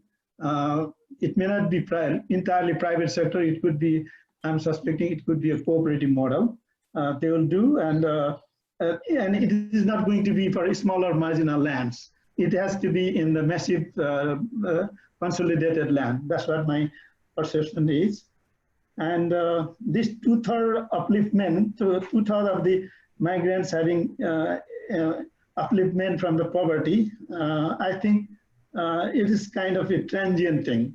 It's the people, because they went out without any education or skill set, and they had very little opportunity to learn, because they didn't stay there for long, maybe 3, 4, 5 years. By the time they return, they would have some cash. As long as they have cash, they will consume that cash, and that's not going to last long. For that reason, I'm seeing this upliftment of poverty is going to be very transient. It's not. Some of the people might be coming back and doing some vocation or some production. In that case, they can sustain. Others will slowly go to the poverty line again. That's what I'm seeing. I don't want to take much time. Thank you for your excellent presentation, and I congratulate you. Thank you. Thank you, Dr. Rosali, for your brief remarks. Now I would like to call female participant from this group. So I'm just looking if there are any questions. Okay, so Sona Thodarai, I don't know whether you are female or not. Yes, sir, I'm here. Okay. Can I keep my question? Yes. नेपालीमा भन्नुभयो नि हुन्छ. Okay. First of all, Dr. Momलाई धेरै धन्यवाद यो अपर्च्युनिटीको लागि. अनि Dr. रमेशलाई यस्तो फ्रुटफुल प्रेजेन्टेसन दिनु भएकोमा हामीले लर्न गर्ने मौका पायौं, त्यसको लागि धेरै धन्यवाद. मेरो चाहिँ टपिक स्पेसिफिक भन्दा पनि एकदमै जनरल क्वेशन छ. मेरो पहिलो प्रश्न चाहिँ अब जुन यो पोस्ट कोभिड सिनेरियोमा चाहिँ हाम्रो नेपालबाट माइग्रेसनको ट्रेन्ड चाहिँ कस्तो हुन्छ होला, पहिलो प्रश्न. दोस्रो प्रश्न चाहिँ यो कोभिड रेस्पोन्समा चाहिँ अब नेपालमै इम्प्लोयमेन्ट जेनेरेसन गर्नुपर्छ भन्ने चाहिँ धेरै आइरहेको छ, पब्लिक लेभलदेखि गभर्नमेन्ट लेभलमा पनि, हैन. यो इम्प्लोयमेन्ट जेनेरेसनको वेट चाहिँ के हुन सक्ला? मेरो दुईटा प्रश्न यति नै छ. हस्, धन्यवाद सोनाजी. म अर्को प्रश्न पनि लिन चाहन्छु रश्मि पण्डितज्यूबाट. धन्यवाद मोम सर, धन्यवाद Ramesh sir for your excellent presentation. मेरो चाहिँ अलिकति मेरो फिल्ड बेसको एक्सपिरियन्सको केही कुराहरू पनि म सुनाउन चाहन्छु. त्यो भयो भने डाक्टर रमेशलाई फर्दर उहाँले गर्नुपर्ने जुन रिकमेन्डेसनहरू छ गभर्नमेन्टलाई, त्यसमा पनि केही हेल्पफुल होला भन्ने मेरो एक्सपेक्टेसन हो. मैले चाहिँ यो पोस्ट कोभिड जो चाहिँ रिटर्निङ माइग्रेन्ट्सहरूको केही सर्वे हैन टेलिफोन सर्वे मैले केही गरेको आधारमा चाहिँ उहाँहरूको कुरो के छ भने कतिपयले चाहिँ उहाँले को इन्भेस्टमेन्ट एक्सपेक्ट गर्नु भएको छ, कतिपय उहाँले बचत गर्नु भएको छ कि अमाउन्ट त्यतिले नपुग्ने भएर गभर्नमेन्टबाट को इन्भेस्टमेन्टको कुराहरू एक्सपेक्ट गर्नु भएको छ। अनि अरू पोलिसीको कुराहरू जस्तै उहाँहरू त अब यहाँ अब नयाँ हो जस्तो हुनुहुन्छ, यहाँको फार्म रजिस्ट्रेसनको कुराहरू त्यति थाहा छैन, यो प्रपोजलको कुराहरू थाहा छैन। अब यो आम योभन्दा अगाडि नै किसानहरूले भोगिरहेको समस्या हो, त्यसमा पनि जो दलित र मार्जिनलाइज कम्युनिटीबाट जो हुनुहुन्छ उहाँहरूको लागि चाहिँ अहिले जुन गभर्नमेन्टले बनाएको जे क्राइटेरियाहरू छ त्योबाट चाहिँ विमुख हुने जस्तो देखिन्छ। अब फर एक्जाम्पल के क्राइटेरिया बन्छ, लोन लिनको लागि कोल्याटर राख्नुपर्ने हुन्छ, अनि अब उहाँहरूको पहिल्यै रजिस्टर्ड भएको उहाँहरूको प्यान नम्बर यस्तो खोजिरहेको हुन्छ। यी कारणले गर्दाखेरिमा अब लाल पूर्जा कोल्याटर राख्नुपर्ने भएपछि अब उहाँले भने अमाउन्टको त्यो लोन नपाउने भयो। अनि अर्को क्राइटेरिया के बनाउँछ भने कमर्सियल फार्म हुनुपर्ने, यति रोपनी जग्गा चाहिँ हुने किसानलाई मात्रै प्रायोरिटी भने हुन्छ। यी सबै कुराहरू चाहिँ त्यो मार्जिनलाइज कम्युनिटीलाई चाहिँ ध्यानमा राखेर पोलिसी बनाएको हुँदैन हैन। त्यसमा चाहिँ त्यो कुराहरू चाहिँ हजुरहरू जस्तो जो डेभलपमेन्ट यहाँहरूको त्यो रिसर्चले भन्छ नि त, यहाँहरूको रिकमेन्डेसनहरू चाहिँ अलिकति सुन्ने हुन्छ कि त्यसले गर्दा यस्तो कुराहरूमा चाहिँ कस्तो यो पोलिसीले साँच्चै नै पोर मार्जिनलाइज पिपलहरूलाई चाहिँ एड्रेस गरे हुन्छ कि हुन्न भन्ने कुराहरू हजुरहरूले एनालाइसिस गरेर अब गभर्नमेन्टलाई त्यही अनुसारको सल्लाह दिनुहुने चाहिँ म रिक्वेस्ट गर्छु। Thank you Rashmiji. रमेशजी, म यो दुईवटा प्रश्नको क्विक रेस्पोन्स गरिदिन अनुरोध गर्छु, त्यसपछि अरू प्रश्न लिन्छु। पहिलो त अब दोर्न सरलाई थ्याङ्क यू भन्न चाहन्छु। उहाँले खास गरेर यो नेपालको हिस्ट्री अफ माइग्रेसनमा जुन राम्रो आफ्नो विचार सेयर गर्नुभयो र उहाँको आई एग्री विथ हिम। यो खास गरेर अहिलेको जुन पोभर्टी रिडक्सन छ यो ट्रान्जिएन्ट र यो टेम्पोररी हुनसक्छ, किनभने फेरि गरिबहरू they might fall back to slip into poverty, त्यो सम्भावना हुनसक्छ। र अब छोटोमा एन्सर गर्दा सुनाजी र रश्मिजीलाई थ्याङ्क यू। यो सुनाजीको क्वेसन चाहिँ पोस्ट कोभिडको पछाडि नेपालको माइग्रेसन के होला ट्रेन्ड भन्ने मैले अघि पनि अलिक ब्रिफली भनेको थिएँ। खास गरेर यो 3 देखि 5 वर्ष यो भित्रमा एकदमै कम हुन्छ, किनभने ओल्ड इकोनोमी चाहिँ यो रिबाउन्स हुनलाई टाइम लाग्ने हुन्छ र त्यतिखेर लेबरको माग हुने सम्भावना, फरेन लेबर माग हुने सम्भावना कम हुन्छ र त्यस पछाडि माग बढ्ने अनुमान छ मेरो, किनभने चिप लेबर भनेको माइग्रेन्ट लेबर नै हो र अहिलेको ग्लोबल इकोनोमिक जुन एउटा सिस्टम भनेको क्यापिटलिस्ट सिस्टम जसले चाहिँ चिप लेबरबाट प्रफिट बढी निकाल्ने भन्ने हो। त्यो भएर खास गरेर ग्लोबल कम्पनीजहरू एसियामा आउने चिप लेबरको लागि अनि नेपाल जस्तो कन्ट्रीको लेबरहरू उनीहरूले चाहिँ हायर गर्ने यो चाहिँ जुन अहिलेको ट्रेन्ड छ, I think it will resume after 3 to 5 years भन्ने लाग्छ। र अब यहाँ महत्त्वपूर्ण कुरा के छ भने गभर्नमेन्टले यो बिचमा अलिकति ट्रान्सफर्मेटिभ, अलिकति केही सिग्निफिकेन्ट चेन्ज खास गरेर एग्रिकल्चरमा ल्याउन सक्यो भनेदेखि यो 3 देखि 5 वर्ष पछाडि हुने जुन आउट माइग्रेसन छ यो केही हदसम्म एड्रेस हुने चाहिँ सम्भावना छ। तर अब गभर्नमेन्टले स्टेटको पोलिसिजले चाहिँ अब खास गरेर अघि रश्मिजीले भने जस्तो यो कोल्याटरल चाहिने इन्भेस्टमेन्टको लागि दुनियाँ इन्भेस्टमेन्ट इन्भाइरोमेन्टलाई चाहिँ अलिकति राम्रो नबनाउने हो भनेदेखि फेरि माइग्रेसन बढ्ने। तर अब यस्तो केही रिफर्म्सहरू ल्यायो भने हुन्छ, यो रोकिने सम्भावना छ। तर अब फेरि पनि भन्छु एउटा मात्रै पोलिसीमा गभर्नमेन्ट स्टिक भयो भनेदेखि गभर्नमेन्टले ठिक छ अलिकति लार्ज स्केल एग्रिकल्चरमा पनि फोकस गर्ने, तर एट द सेम टाइम खास गरी स्मल फार्मर्स अनि यो चाहिँ सेयर क्रपर्सहरूको लागि अलिकति डिफ्रेन्सिएटेड पोलिसी, फरक पोलिसी ल्याएर यिनमा चाहिँ खास गरेर हाम्रो चाहिँ खाद्यान्नको लागि बढाउने पनि ल्याउने, क्यास क्रप ल्याएर अलिकति एक्सपोर्ट बढाउने खालको मनी जाने, यो अलिकति डाइभर्सिफाइड र डिफ्रेन्सिएटेड हिसाबले पोलिसी ल्यायो भनेदेखि राम्रो छ। नत्र पनि एउटामा मात्रै लाग्दाखेरि it can be very risky. र यति नै हो मैले भन्ने। हस्, थ्याङ्क यू डाक्टर रमेशजी। म अरू केही प्रश्न लिन चाहन्छु। सुरुमा चाहिँ म राज मण्डलबाट सुरु गर्न चाहन्छु। राज मण्डलजी, तपाईँको के प्रश्न छ? हजुर नमस्कार, डाक्टर सुनाम लगायत सम्पूर्ण सहभागीजीहरूलाई। मेरो गल्फ स्टेटमा केन्द्रित भएर क्वेसन चाहिँ राख्न गइरहेको छु। खास गरी वैदेशिक रोजगारले दलितहरूको जीवनस्तर केही हदसम्म सुधार पक्कै गरेकै छ, तर समाजमा दलित महिलालाई झन प्रताडित गर्ने कार्यहरू दिनानुदिन बढिरहेको छ।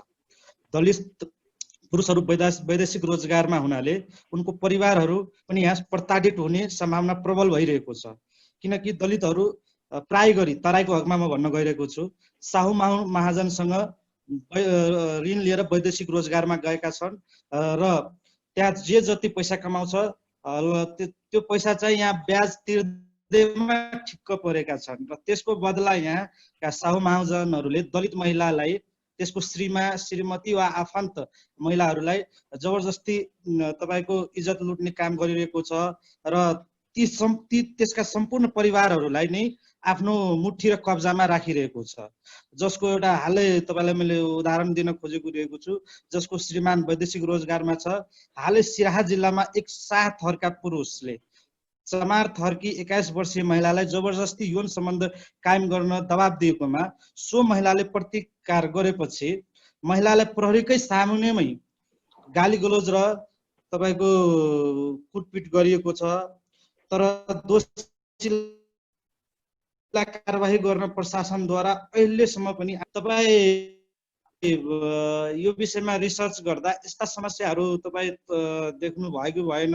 वैदेशिक रोजगारमा हाम्रा दलित पुरुषहरू गएको हुनाले त्यसले चाहिँ यहाँ समाजमा अर्कै किसिमको फेरि यहाँ विकृति पनि तपाईको बढाइरहेको छ।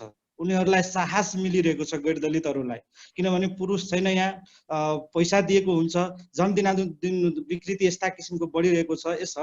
यसबाट बच्नको लागि के अब दलित पुरुषहरू बाध्यतावश गाउँघरमा बस्नुपर्ने आवश्यकता देख्नुहुन्छ कि देख्नुहुन्न तपाईँ? थ्याङ्क यू राज मण्डलजी। म लालबहादुर पुनज्यूलाई अनुरोध गर्छु। थ्याङ्क यू भेरी मच है डाक्टर रमेशजी। म यो माइग्रेसनको क्षेत्रमा रिसर्च गर्ने स्टुडेन्ट भएको हुनाले पनि मेरो लागि पनि काम लाग्ने भयो। यहाँलाई चाहिँ धन्यवाद दिन चाहन्छु। मैले 2-3वटा पोइन्टमा चाहिँ नि भन्न चाहन्छु होइन।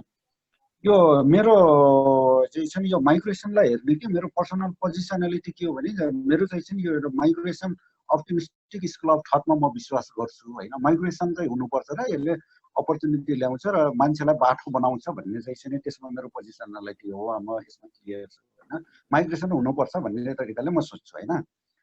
र एउटा चाहिँ यो माइग्रेसनको कुरा हेर्दाखेरि अहिले चाहिँ हाम्रो नेपालको यसलाई अलिकति चाहिँ सोसल पाटोतिरबाट पनि सोसल साइन्टिस्टको रूपमा काम गर्दै हुनुहुँदो रहेछ। मैले पनि सोसल पर्सपेक्टिभबाटै माइग्रेसनलाई हेरिराखेको छु होइन। जुन नेपालको अहिलेको समस्या हेर्दा चाहिँ हाम्रो यो चाहिँ सोसल कन्स्ट्रक्सन, जुन सोसल स्टिगमा चाहिँ यो नै मैले चाहिँ यो बिग प्रब्लम देख्छु मैले नेपालमा चाहिँ। यसले के गरेको छ भनेपछि छ नि तपाईँको कामलाई एउटा डिग्निफाइड वेबाट चाहिँ रेस्पेक्ट द वर्क भन्ने तरिकाले हाम्रो पटक्कै हेरिँदैन होइन। त्यसले के गरिरहेछ भने हामी चाहिँ एउटा लेबर एक्सपर्ट कम्युनिटी अथवा सोसाइटी कन्ट्रीको रूपमा हामी चाहिँ तपाईँको उभिएर बसेका छौँ होइन। यो चाहिँ अब मैले हेर्दाखेरि चाहिँ के देखिरहेको छु भने हाम्रो अब चाहिँ हामी चाहिँ अलि बिग हार्ट बनाएर ठुलो आत्मा बनाएर यो चिजलाई चाहिँ हामीले चाहिँ नसोच्ने हो भने चाहिँ हाम्रो सिचुएसन जस्ताको तस्तै हुन्छ जस्तो लाग्छ। मैले भर्खर रिसेन्ट डेटा हेरिरहेको थिएँ होइन।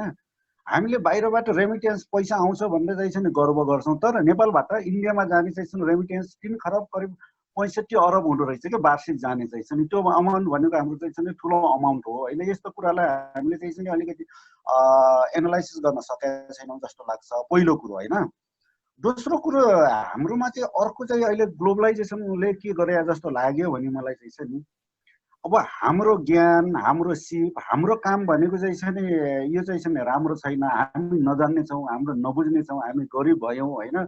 अरूको चाहिँ ज्ञान सिप टेक्नोलोजी थ्योरी भनौँ न शिक्षा सबै राम्रै राम्रो छ भन्ने जुन माइन्डसेट चाहिँ हामीमा चाहिँ एक प्रकारको इन्ग्रेन भएको छ नि कल्टिभेट भएको छ नि that is also problem for us होइन त्यो देख्छु होइन र अबको चाहिँ बाहिरबाट अहिले चाहिँ एभ्रिडे चाहिँ जस्तै प्लेनबाट पनि आइरहेका छ हाम्रो मान्छेहरू भनौँ न इन्डियाबाट चाहिँ तपाईँको नेपालमा छिरिरहेका छ र अर्को चाहिँ यो पोलिसी र चाहिँ डिसिजन मेकिङ प्रोसेसले चाहिँ के भन्दो रहेछ भने त्यसको एउटा प्रिन्सिपल चाहिँ नि नर्मल सिचुएसनमा मान्छे सबै बिन्दास भएर बढ्दो रहेछ कि यस्तै एबनर्मल सिचुएसनले चाहिँ तपाईँको नयाँ चिज भनौँ न चाहिँ ब्रेक थ्रु ल्याउन कि डिसिजन मेकिङमा पोलिसी मेकिङमा यसले काम गर्दो रहेछ कि यो चाहिँ अब डाक्टर रमेशले भनेको चाहिँ मलाई के ठिक लाग्यो भने अबको चाहिँ नि अब रिभाइभ हुनको लागि अरू देशको इकोनोमी पनि 4-5 वर्ष लाग्छ भने त्यो 4-5 वर्षमा चाहिँ हाम्रो युवा जुन चाहिँ युथ मेन पावर नेपालमा आउँछ नि त्यसलाई बेस्ट युटिलाइज गर्नको लागि चाहिँ हामीले कतै घचघच्याउन सक्छौँ कि भन्ने चाहिँ मलाई लाग्छ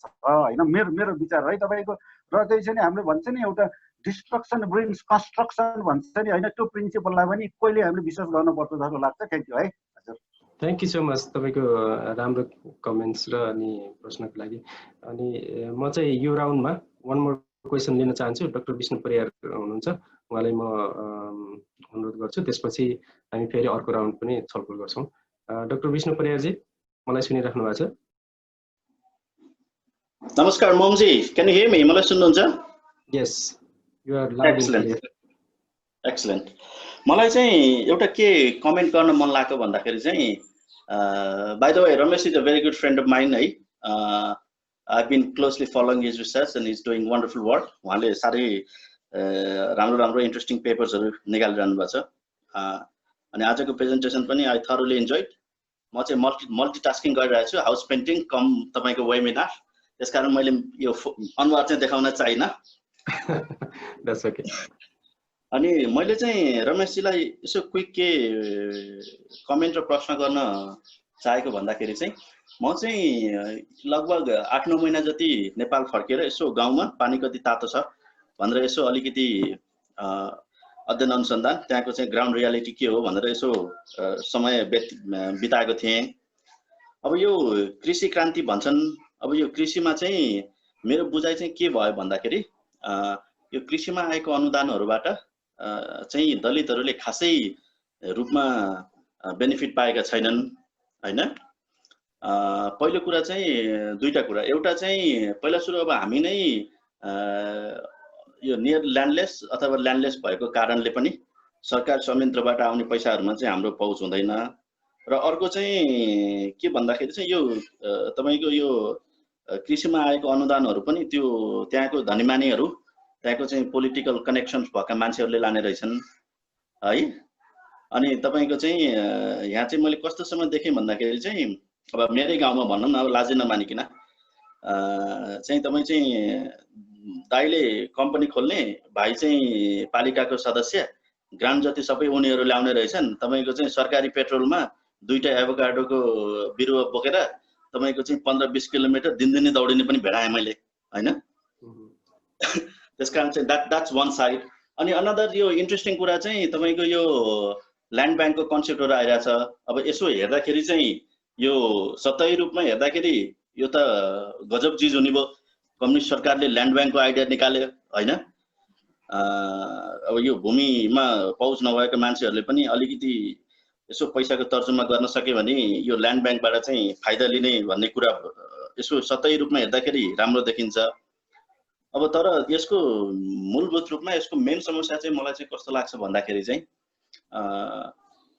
यो हाम्रो चाहिँ अहिले रमेश सरले भने जस्तै यो क्रप सेयररहरूको जुन प्रकारको सम्बन्ध थियो नि, अब यसलाई पनि अब त्यो ल्यान्डको भ्यालु चाहिँ रिलेटिभली हाई हुने भयो हैन। अब त्यो त मार्केटाइजेसनको मोडलमा गयो नि त। अनि त्यस कारणले चाहिँ यो जग्गा हुने मान्छेहरूले पहिलो सुरु चाहिँ एउटा यसको मिनिमम प्राइस थ्रेसहोल्ड राख्छन् होलान् हैन। अब रोपनीको कति भन्छन् होलान्। अनि तपाईको चाहिँ अब हाम्रो समुदायको मान्छेहरूसँग पहिला चाहिँ अब आर्थिक अवस्थामै कमजोर भएको कारणले गरिरहेको क्रप सेयर पनि फुत्किने र चाहिँ पैसाको कमीले कारणले गर्दाखेरि चाहिँ अहिले नयाँ सिर्जना भएको एउटा मार्केटमा चाहिँ पहुँच नहुने अब यस्तो चाहिँ समस्या चाहिँ I think it's definitely like to come up र चाहिँ अब यो मेकानिजमबाट पनि कसरी चाहिँ लिने त, कसरी चाहिँ हाम्रो समुदायले चाहिँ फाइदा लिने त भनेर चाहिँ अब यो एसेन्सियली यो चाहिँ यो ल्यान्ड फ्रेगमेन्टेसनको अनप्रोडक्टिभिटी यो सब स्ट्यान्डर्ड युज भएको कारणले नै यसलाई चाहिँ तपाईँको ल्यान्ड कन्सोलिडेसनको ब्रडर अप्रोचमै आएको हो यो ल्यान्ड ब्याङ्क मेरो बुझाइमा। र चाहिँ अब हाम्रो समुदायको मान्छेहरूले चाहिँ कसरी चाहिँ यो ल्यान्ड कन्सोलिडेसन, यो land bank, whatever jargon they want to use, यसबाट कसरी फाइदा लिने भन्दाखेरि चाहिँ अब हाम्रै चाहिँ क्यापिटल एकुमुलेसन पनि गरौँ न त। जस्तै मैले अब सबैको मेरो विचारमा त सबैको कान पनि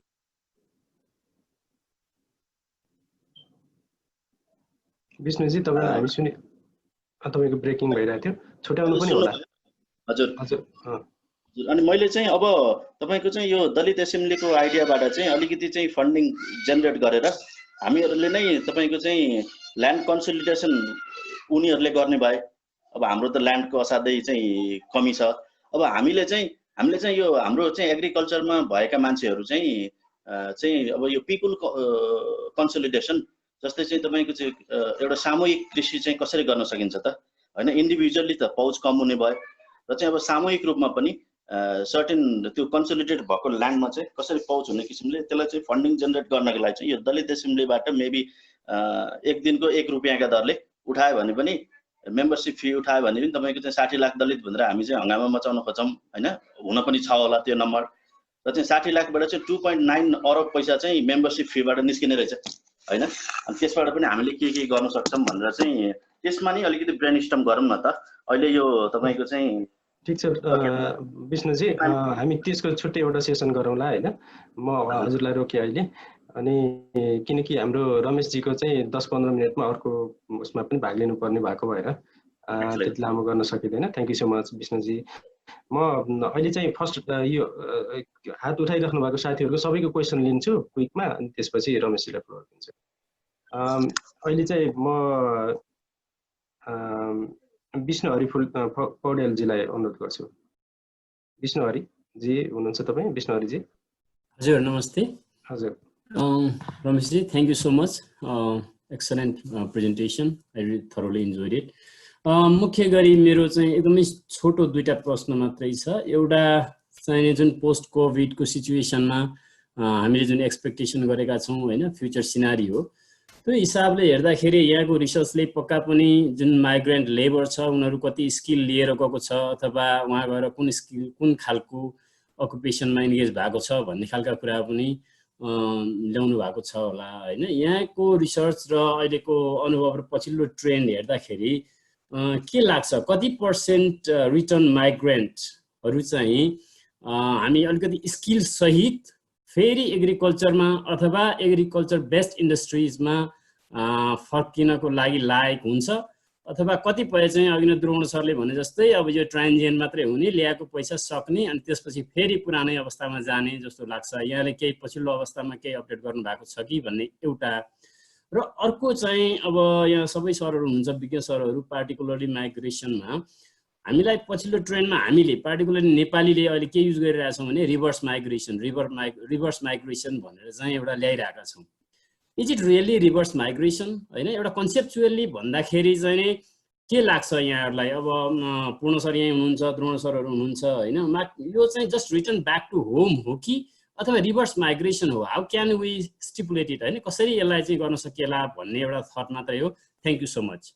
thank you Bishnuji for your quick questions हैन। ममजी, हजुर हजुर ममजी, यो धेरैजनाले सोधिसक्नुभयो, मलाई यो टिप्न त टिपेको छु कि यो 4 जना जतिले सोधिसक्नुभयो, यो क्विकली म रेस्पोन्ड गरौँ नत्र भने फेरि मलाई सम्झिन अलिक च्यालेन्ज होला जस्तो भयो। 4 जनाको चाहिँ म रेस्पोन्स गर्छु है त। एकदम राम्रो क्वेसन सोध्नुभयो, थ्याङ्क यू सो मच सबैजनालाई। राजलालजीले एकदमै राम्रो एउटा चाहिँ यथार्थ रियालिटी जुन ग्राउन्ड रियालिटी छ त्यसलाई सेयर गर्नुभयो। र खास गरेर तराईबाट चाहिँ विदेश जानेहरूले धेरै महँगो ब्याजमा चाहिँ ऋण लिनुपर्ने अनि त्यो तिर्न पनि गाह्रो हुने, त्यो भएको भएर चाहिँ गाउँमै भएका महिलाहरू चाहिँ एक्सप्लोइटेड भइराख्नुपर्ने विभिन्न हिसाबले। यो अवस्था छ र यसलाई मैले अघि प्रेजेन्टेसन गर्दा पनि भनिरहेको छु यो रेमिटेन्सलाई अलिक बढी कति रोमान्टिसाइज गर्दाखेरि यस्ता कुराहरू चाहिँ ओझेलमा पर्ने छ। त्यही भएर यो माइग्रेसन रेमिटेन्सले गरिबी घटाएको पनि छ, तर एक हिसाबले धेरैको केसमा गरिबी बढाएको पनि छ। विभिन्न फर्म्स अफ एक्सप्लोइटेसन मान्छेहरूले झेल्नु पनि परेको छ। यो हिसाबले अलिकति ब्यालेन्समा हेर्नुपर्छ र तपाईँको जुन पर्सपेक्टिभको लागि धन्यवाद। र मैले के भन्छु भने माइग्रेसन पोभर्टी मात्रै लाइभलीहुड मात्रै इम्प्रुभ गरेको छैन र यसले चाहिँ अरू खालको चाहिँ फर्म्स अफ एक्सप्लोइटेसन प्रिक्यारिटी पनि भनिन्छ अझ र यो चाहिँ बढ्दो छ र यसमा अझै थप अध्ययन अनुसन्धान आवश्यक छ र केही पत्रकार साथीहरूले यसमा लेख्नु पनि भएको छ। जस्तो कहर भन्ने एउटा लेख्नु भएको छ हाम्रो जनकराज सापकोटाले एउटा नेपालीमा किताब सायद, त्यसमा पनि मैले पढ्न पाएको छैन तर उहाँसँग मेरो कुरा हुँदा यस्ता स्टोरीहरू उहाँले ल्याउनु भएको छ। र अब तपाईँले भन्नुभएको थियो कि अब विपन्न पुरुषहरू गाउँमै बस्नुपर्ने अवस्था हो, यसरी चाहिँ महिलाहरू एक्सप्लोइटेसन भइरहेछन् भन्ने कुरा गर्नुभयो। अब यसमा मेरो के छ भने राज्यसँग सम्बन्धित कुरा हो। कसैले एक्सप्लोइट गर्यो भनेदेखि राज्यले कारबाही गर्नुपर्ने जुन अवस्था हाम्रोमा अझै नआइसकेको देखिन्छ र माइग्रेसन हुने पनि एउटा बाध्यता हो धेरैको लागि। तर अब अलिकति स्टेटलाई कसरी एकाउन्टेबल रेस्पोन्सिबल बनाउने भन्ने लोकल स्टेट लोकल पुलिस जुन प्रशासन छ यस्तालाई यसमा पनि खास गरेर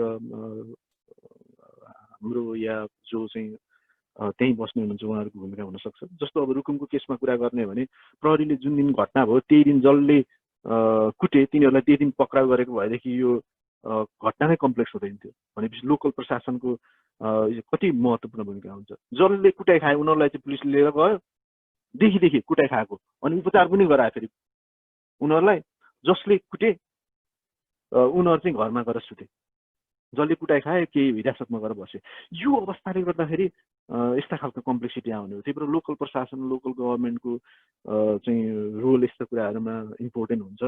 त्यही भएर यदि यस्ता कुरामा लोकल प्रशासनले राम्ररी हेर्ने भएको भएदेखि विदेशमा गए पनि महिलाहरू एक्सप्लोइटेसन हुने अवस्था रहँदैन थियो। त्यही भएर मैले चाहिँ उनीहरू घरमै बस्नुपर्छ भनेर त अब भन्न मिल्दैन होइन। मान्छेको आफ्नो एस्पिरेसन हुन्छ, आफ्नो प्लान हुन्छ, तर लोकल गभर्मेन्टको यसमा ठुलो रोल हुन्छ जुन अहिले हामीले देखिरहेका छैनौँ। खास गरेर दलितको मात्रै केसमा होइन, विपन्न समुदाय समग्र अझ बढी दलित प्रताडित हुने कुरा त रहनै भयो सामाजिक बहिष्करणमा परेको भएर।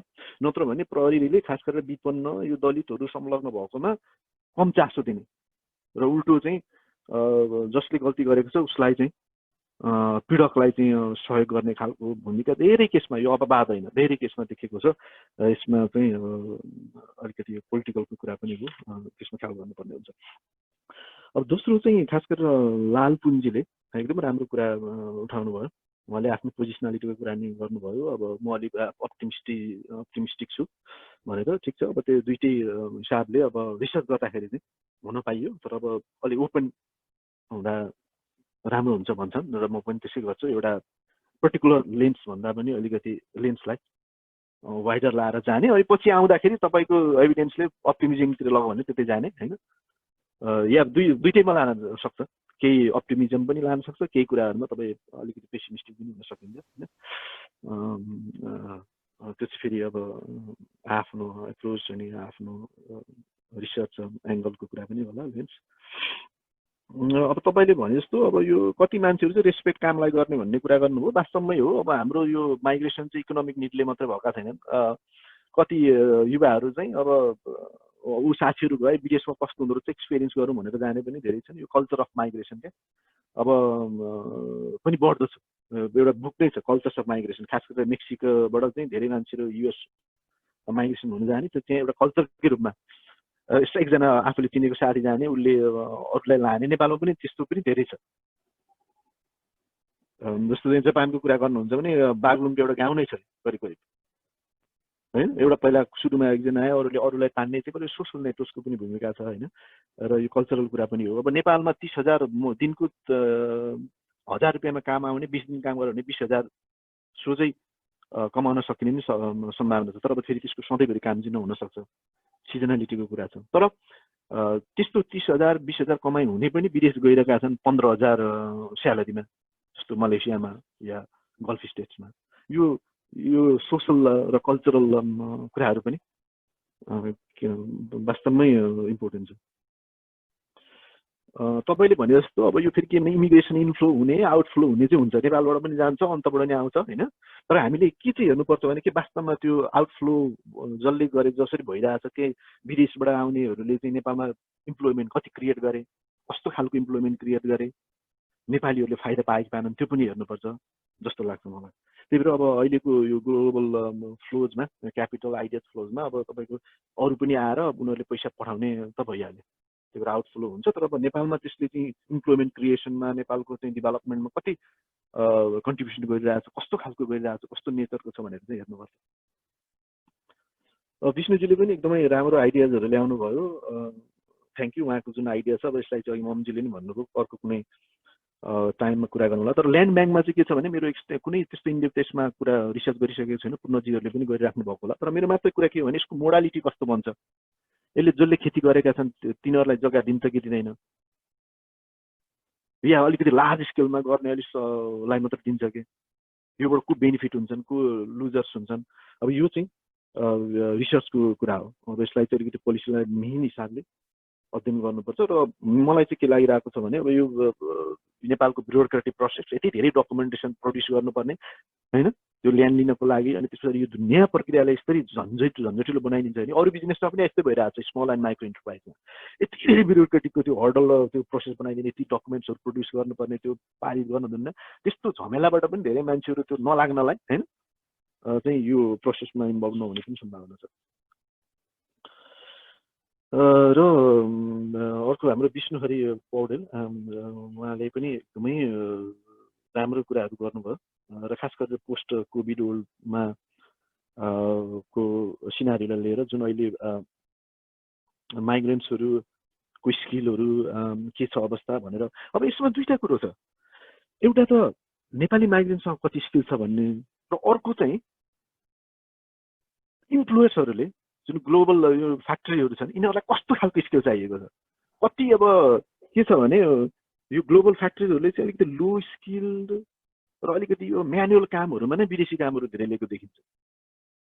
त्यही भएर अब नेपाली माइग्रेन्ट्सको धेरै स्किल हुँदैमा विदेशी कम्पनीले उनीहरूलाई धेरै पैसा दिएर हाई लेभलको स्किलमा लाउँछन् भन्ने पनि सम्भावना के छ। किनभने जस्तो मलेसियाको कुरा गर्दा मलेसियामा त्यहीँका नेटिभहरूले राम्रो राम्रो अलिकति चाहिँ फोरम्यान भन्छन् होइन, लिडर्स भन्छन्, साइट लिडर्सहरू यस्तो यस्तो विभिन्न तहको काममा त्यहाँका नेटिभ काम गर्ने, अनि विदेशीलाई चाहिँ उनीहरूको अन्डरमा राख्ने जुन स्ट्रक्चर छ नि त्यो चाहिँ स्ट्रक्चरल कुरा हो। त्यही भएर कति एमए पास गरेको मान्छेहरू पनि अब एलिमेन्ट्री काममा म्यानुअल काममा गर्नुपर्ने बाध्यता, यो चाहिँ अब ग्लोबल जुन इन्टरनेसनल डिभिजन अफ लेबर छ। अब यहाँ जापानमा पनि त्यही हो, यहाँ जुन गाह्रो काम छ एमए पढे पनि राति जुन काम छ त्यस्तोमा चाहिँ विदेशी काम गर्ने हो। अब केही अब थोरै अब 2-4% अब राम्रो काम गर्ने पनि छैनन्, तर अब त्यो ट्रेन चाहिँ त्यो होइन। अब यो रिटर्न माइग्रेसनको कुरा के छ भने विदेशबाट फर्किनेले केही पैसा लान्छन् र नेपालमा चाहिँ खर्च गर्छन्। राम्रो अझ कतिले त इकोनोमिस्टहरूले के भन्छन् भने यिनीहरूले चाहिँ प्रोडक्टिभ काममा खर्च गरेछन् भन्छन्। तर मलाई मेरो चाहिँ क्वेसन के छ भने मान्छेले आफूले खानामा खर्च नगरिकन, छोराछोरीले पढाउन खर्च नगरिकन अब त्यो बिजनेसमा सट्टै हात हाल्दैन। र धनीहरूले पनि गर्ने के हो भने नेपालमा जग्गा किन्ने, घर बनाउने हो। त्यही भएर हाम्रो सोसाइटी नै त्यतातिर छ भने यो गरिबहरूले चाहिँ विदेशबाट आएका मान्छेले चाहिँ खानै छोडेर छोराछोरी पढाएर थोरै पैसा चाहिँ इन्भेस्टमेन्टमा लगाउनु पर्छ र भन्ने कुरा चाहिँ मलाई चाहिँ भेरी अनरियलिस्टिक। र 1-2 लाख भएको अब घर खर्चमै जान्छ, जग्गा किन्नु पर्यो। नेपालीहरूमा सबैले गर्ने पनि त्यही हो, जग्गा किन्ने, घर बनाउने, गाडी किन्ने। अब उनीहरू पनि त्यो सोसाइटल जुन निड्स र एस्पिरेसनबाट टाढा छैनन् माइग्रेन्ट्सहरू, र हुनुपर्छ भन्ने मान्यता पनि राख्नु। तर मात्र के भने सरकारले केही पोलिसी राम्रो ल्यायो भनेदेखि उनीहरूले केही पैसा इन्सेन्टिभ दियो भने लगाइ नगर्ने भन्ने चाहिँ होइन। अहिले पनि कति रिटर्न माइग्रेन्ट्सहरू 80% भनेर त मैले रिसर्च गरिसकेको छैन, अब गर्ने क्रममा चाहिँ कोभिडले डिस्टर्ब गरिरहेको छ। तर अब रिटर्न माइग्रेसनमा मैले रिसर्च गर्दैछु। तर अब पहिलाको फिल्डको इन्साइटबाट के लाग्छ भने केही मास्ता मान्छेहरू भेटेको थिएँ म एग्रिकल्चरमा या भेजिटेबल फार्मिङ, डेरी फार्मिङमा काम गर्ने इच्छुकहरू मान्छे त, तर उनीहरूलाई समस्या जग्गाको सजिलै नपाउने यस्ता कुराहरूमा लोकल गभर्मेन्टले फेसिलिटेट गर्न सक्यो भने लोकल इम्प्लोइमेन्ट बढ्ने सम्भावना छ। अब यो माइग्रेसनलाई रिभर्स माइग्रेसन भन्ने अरू के गर्ने भन्ने चाहिँ मैले यो चल्दै आएको, यसलाई च्यालेन्ज गर्नुपर्छ। तर योभन्दा उपयुक्त हुन्छ भनेर चाहिँ मैले सोचिसकेको छैन र हामीले सबैले सोचौँ र के कन्सेप्चुअल यसलाई चाहिँ फ्रेम दिँदाखेरि यो अझ ठ्याक्कै के हो त्यसलाई क्याप्चर गर्न सकिन्छ त्यो चाहिँ चाहिँ डिस्कसनको विषय हो जस्तो लाग्छ।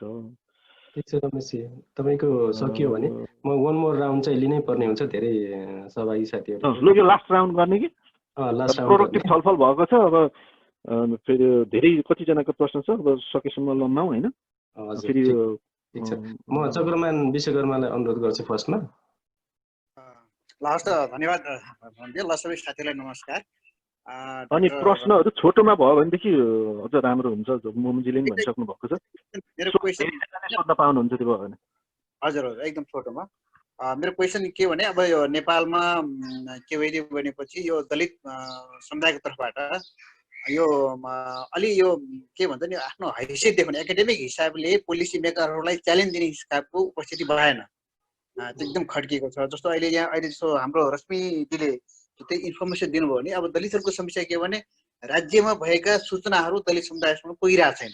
जस्तो यहाँ आफै अब इन्क्लुजनको एक्सपर्ट हुनुहुन्छ, कति साल लोक आएको कुरा राम्रो गर्नुभएको छ, तर चाहिँ अहिलेसम्म भएको छ। जस्तो अहिले भूमि बैङ्कको कुरा आइरहेछ, अब भर्खरै योभन्दा अगाडि चाहिँ सरकारले चाहिँ भूमि व्यवस्था आयोग गठन गर्यो, तर संविधानको धारा 40(1) अनुसार चाहिँ प्रस्तुत भएन, समस्या त्यहाँनिर। त्यसले गर्दाखेरि स्टेट मेकानिजममा भएका सूचनाहरू दलित समुदायसँग कसरी पुर्याउने एकदम सबभन्दा ठुलो च्यालेन्ज छ। र भोलि भूमि बैङ्क भए पनि त्यहाँबाट आउने उपलब्धि के हो त्यो थाहा हुँदैन। त्यसले गर्दाखेरि मेरो रिक्वेस्ट के भने विशेष गरेर डाक्टर मोम, डाक्टर रमेश सुनाम, इभन अब हाम्रो डाक्टर द्रोण रसाइली हुन्छ र डाक्टर पूर्ण सर हुन्छ, र के भने एउटा यहाँको पोलिसी मेकरहरूलाई यदि दलित समुदायमा व्याप्त गरिबी असमानताहरू राज्यले समयमा एड्रेस गरेन भने भयावह स्थिति आउँछ है भनेर काउन्टर एउटा अलिअलि रियलाइजेसन गराउने खालको त्यो चाहिँ यहाँहरूबाट आवश्यक छ हैन। त्यसले गर्दा म पूर्ण सर पनि हुनुहुन्छ होला, यदि काठमाडौँ युनिभर्सिटीसँग मिलेर आउने पोलिसीहरूलाई इन्क्लुजन सोसल इन्क्लुजनको एस्पेक्टबाट संविधानले जुन अपेक्षा गरेको त्यो फुल्ली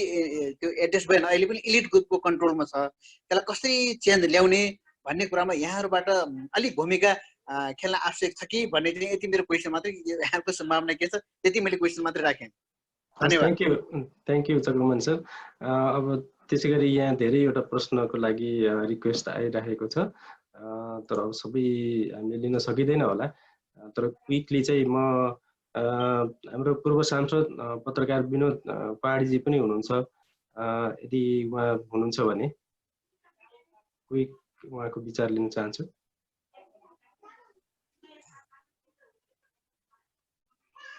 उहाँले सुन्नु भएन होला सायद। म दिलजीलाई अनुरोध गर्छु, दिल विश्वकर्माजी।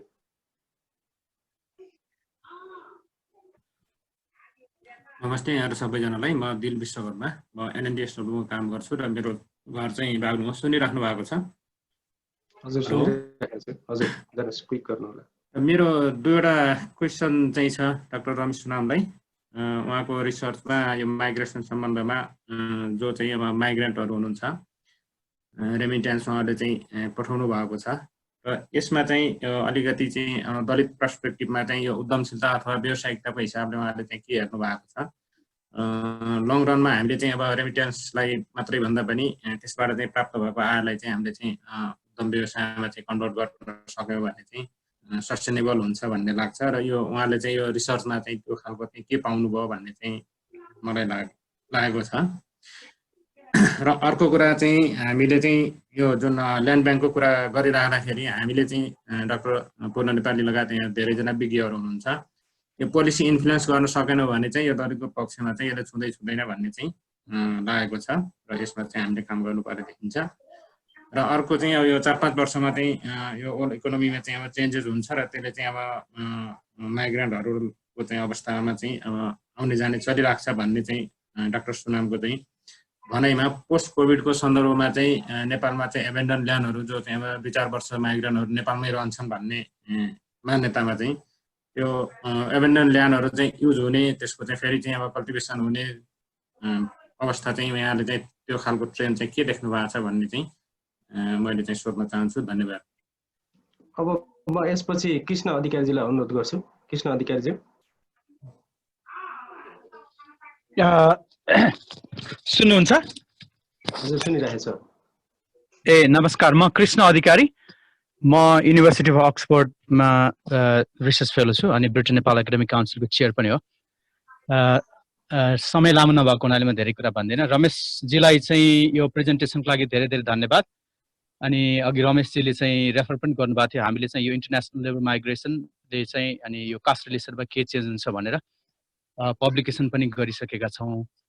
यहाँ कयौँ कुराहरू उठिसकेका छ। खालि म दुईटा मात्रै पोइन्टलाई चाहिँ खालि क्विकली सोध्न चाहन्छु। एउटा रमेशजी र हामी कसैले पनि रिसर्च गरेको भएदेखि यो despite such a very difficult structural barrier होइन, अब हामीले गरेको रिसर्चमा पनि अन्त पनि चाहिँ दलितहरूको इन्टरनेसनल माइग्रेसन चाहिँ वान अफ द हाइएस्ट छ भन्यो भने अब हामीले गरेको रिसर्चको कम्युनिटीहरूमा चाहिँ दलितको अरू कम्युनिटीको भन्दा पनि धेरै छ।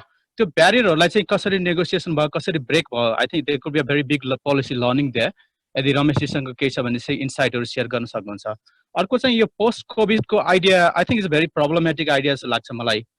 Can we think about the post COVID, किनभने माइग्रेसन माइग्रान्टहरू इन्टरनेसनली र इन्टरनल्ली पनि हेर्दाखेरि जहिले पनि one of the suffering group सिटिजनसिपको हिसाबले पनि चाहिँ दे नो काउन्टेड। अनि त्यसले गर्दाखेरि चाहिँ यो ड्युरिङ कोभिडकै फेजमा चाहिँ माइग्रान्टहरूको सफरिङ अनि त्यसलाई मिटिगेट गर्नुपर्ने चिजहरूको बारेमा चाहिँ it could be a big research itself. हामीले पनि हेरि नै राखेका छौँ। अहिले हामीले चाहिँ यो नेपालको चाहिँ यो सेन्ट्रल वेस्टर्न रिजन पछि अहिले हामी चाहिँ फार वेस्ट र मिड वेस्टमा गएर चाहिँ रिसर्च गर्ने कोसिस गरिरहेको थियौँ। यो कोभिडले गर्दाखेरि इन्टरप्ट भइरहेछ। यी विषयहरूमा अलिकति रमेशजीले चाहिँ हाइलाइट गरिदिनुहुन्छ कि? Thank you. Thank you Krishna Adhikarijyu. म यसपछि चाहिँ एडभोकेट सुन्दर सेनीलाई अनुरोध गर्छु। Thank you sir. Thank you for the यो कन्ट्र्याक्चुअल इस्युमा छलफल भएको मलाई एकदम खुसी लागिरहेको छ। सुनिराख्नु भएको छ है सबैजनाले? हजुर सुनिरहेको छौँ। मैले चाहिँ एक दुईवटा क्वेसन र अनि त्यसपछि चाहिँ अहिले यसलाई कसरी लिइरहेछ नेपालको सन्दर्भमा भन्ने खालको दुईवटा मात्र कुरा राख्छु। एउटा चाहिँ अहिले बनिरहेको तत्कालै भनौँ न भूमि सम्बन्धी सहकारी अथवा संवैधानिक निकायको रूपमा भइरहेको ठाउँमा चाहिँ अब 12 लाख भन्दा लगभग नेपालको जनसङ्ख्यामा दलितहरूको सङ्ख्या भएकोमा डिसिजन गर्ने ठाउँमा हाम्रो सहभागी नभएको भन्ने चाहिँ यसले पनि अब ल्यान्ड ब्याङ्कमा हाम्रो उपस्थिति कस्तो होला भन्ने खालको एउटा चित्र देखाइरहेको छ होइन। त्यसमा क्वेसन हुनसक्छ एउटा। अर्को चाहिँ मैले सरहरूले गरिरहेकै उसमा चाहिँ यो ट्रान्सनेसनल लेबर माइग्रेसनमा चाहिँ सोसल र फ्यामिली फङ्सनल डिस्टर्ब भएको छ नि, यसमा चाहिँ हामीले कसरी हेर्न सक्छौँ? जस्तै इकोनोमिक अथवा स्यालेरी मात्रै ह्यान्डसम भएर हाम्रो सोसल स्ट्रक्चरहरू राम्रो हुने हो अथवा हुँदैन? जस्तै यसमा चाहिँ अब भनौँ न अघि हामीले फ्यामिलीमा अथवा वाइफमा अथवा बालबच्चामा जुन खालको एउटा डिस्टर्बेन्स आएको छ यसले चाहिँ हाम्रो ट्रान्सफर्मेसनलाई कुरा गर्छ कि गर्दैन भन्ने कुरा होला होइन। अर्को चाहिँ यो ल्यान्डहरूमा चाहिँ मोस्ट अफ द दलितहरू नै बढी परेकोले अबको ब्याङ्क ल्यान्ड अथवा यो ल्यान्ड ब्याङ्कमा चाहिँ हामीहरूको उपस्थिति, हाम्रो प्रतिनिधित्व, हाम्रो डिसिजन गर्ने मान्छे भएन भने हामी फेरि त्यहाँबाट साइड लाग्छौँ अथवा छायामा पर्छौँ कि जस्तो लाग्छ होइन।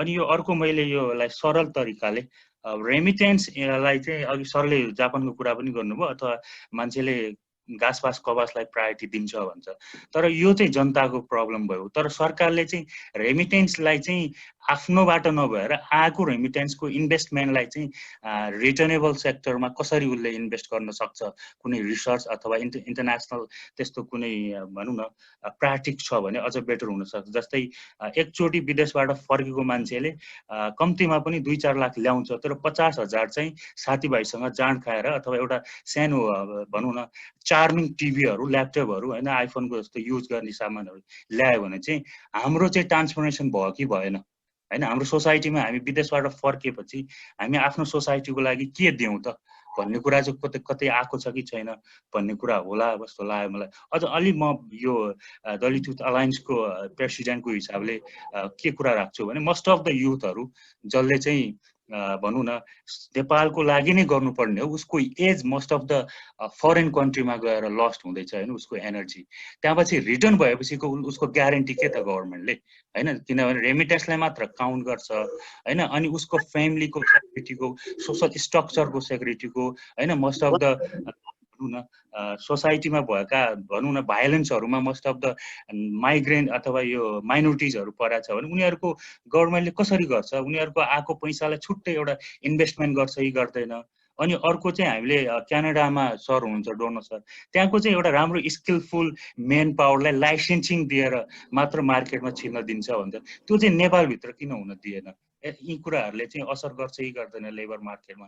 किनभने गएको मान्छेले चाहिँ एग्रिकल्चर सिकेर आउँछ, तर नेपालमा हेऱ्यो भने भनौँ अस्ति मात्र प्रधानमन्त्री कार्यालय त्यो प्रधानमन्त्री कोषको युवा तथा रोजगारमा हेर्ने भने पनि लट अफ द के अब जो पहुँचवाला छ उनीहरूको मात्र प्रपोजल लेखिदिने र स्वीकृति हुनेछ भने अब हामीले चाहिँ कस्तो खालको नीति अप्नायो भने चाहिँ सबैभन्दा पिरमा परेका युवाहरूले चाहिँ त्यो खालको फेसिलिटेट एब्जर्ब गर्न अथवा एक्सेप्ट गर्न सक्छ भन्ने थ्याङ्क यू सुन्दरजी, धन्यवाद। Thank you so much, thank you. अब म चाहिँ सीता रसाइल विश्वकर्मा अनुरोध गर्छु, त्यसपछि 1-2वटा क्वेसन छ।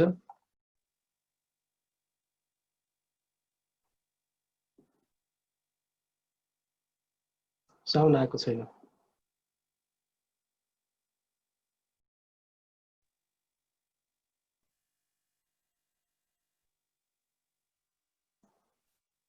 साउन्डमा प्रब्लम छ, ठिक छ। म अर्को क्वेसन लिन चाहन्छु। अनम्युट गर्नु भएन? कृष्ण विश्वकर्माजी हुनुहुन्छ?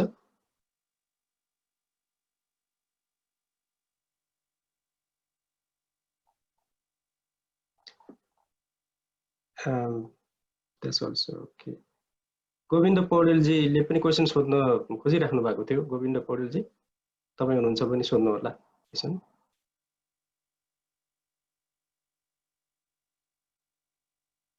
गोविन्द पौडेलजीको क्वेसन चाहिँ खास गरी have you also compared the livelihood strategy of Dalit migrant and non-Dalit migrant from a same place भनेर भन्नुभएको थियो। उहाँको चाहिँ त्यो क्वेसन भयो। अब म चाहिँ उत्तम गौलीजीलाई अनुरोध गर्छु। डाक्टर उत्तम गौलीजी, तपाईँको कमेन्ट्स अथवा चाहिँ क्वेसन केही छ भने।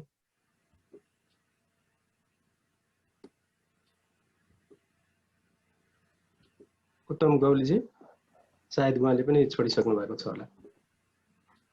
ओके, यदि तपाईहरुको फर्दर क्वेसन छैन भने म रमेशजीलाई अनुरोध गर्छु। रमेशजी हुन्छ तपाईहरु। हजुर, थ्यांक यू। यहाँ अब 7-5 जना साथीहरुको प्रश्न छ। म क्विकली के भन्छु भने चक्रमान सरलाई थ्यांक यू भन्छु। अब यो इन्क्लुजनको इस्यु अब इम्पोर्टेन्ट छ हैन, तर त्यसरी काम हुन सकिरहेको छैन। म इन्क्लुजनको एक्सपर्ट त होइन, तर अब आफ्नो ज्ञानले भ्याएसम्म यसो सकेको कन्ट्रिब्युसन यो फिल्डमा इन्क्लुजनको फिल्डमा गरिरहेको छु। र यसको अर्को महत्त्वपूर्ण यसको फाइदा कसैले 2-4 जनालाई जागिर काउने मात्रै नभएर रिप्रेजेन्टेसनको त कुरा भयो, त्यो भन्दा पनि खास गरेर इन्क्लुजन पछाडि, रिजर्भेसन पछाडि दलितहरूले पनि यो सरकार कसरी चल्छ, यो ब्युरोक्रेसी कसरी चल्छ, यो शासन कसरी चल्छ भन्ने खालको नलेज चाहिँ दलितहरुमा नै आउन लागेको छ। यो चाहिँ मेरो लागि चाहिँ मैले चाहिँ यसलाई चाहिँ धेरै इम्पोर्टेन्ट अचिभमेन्ट भन्छु।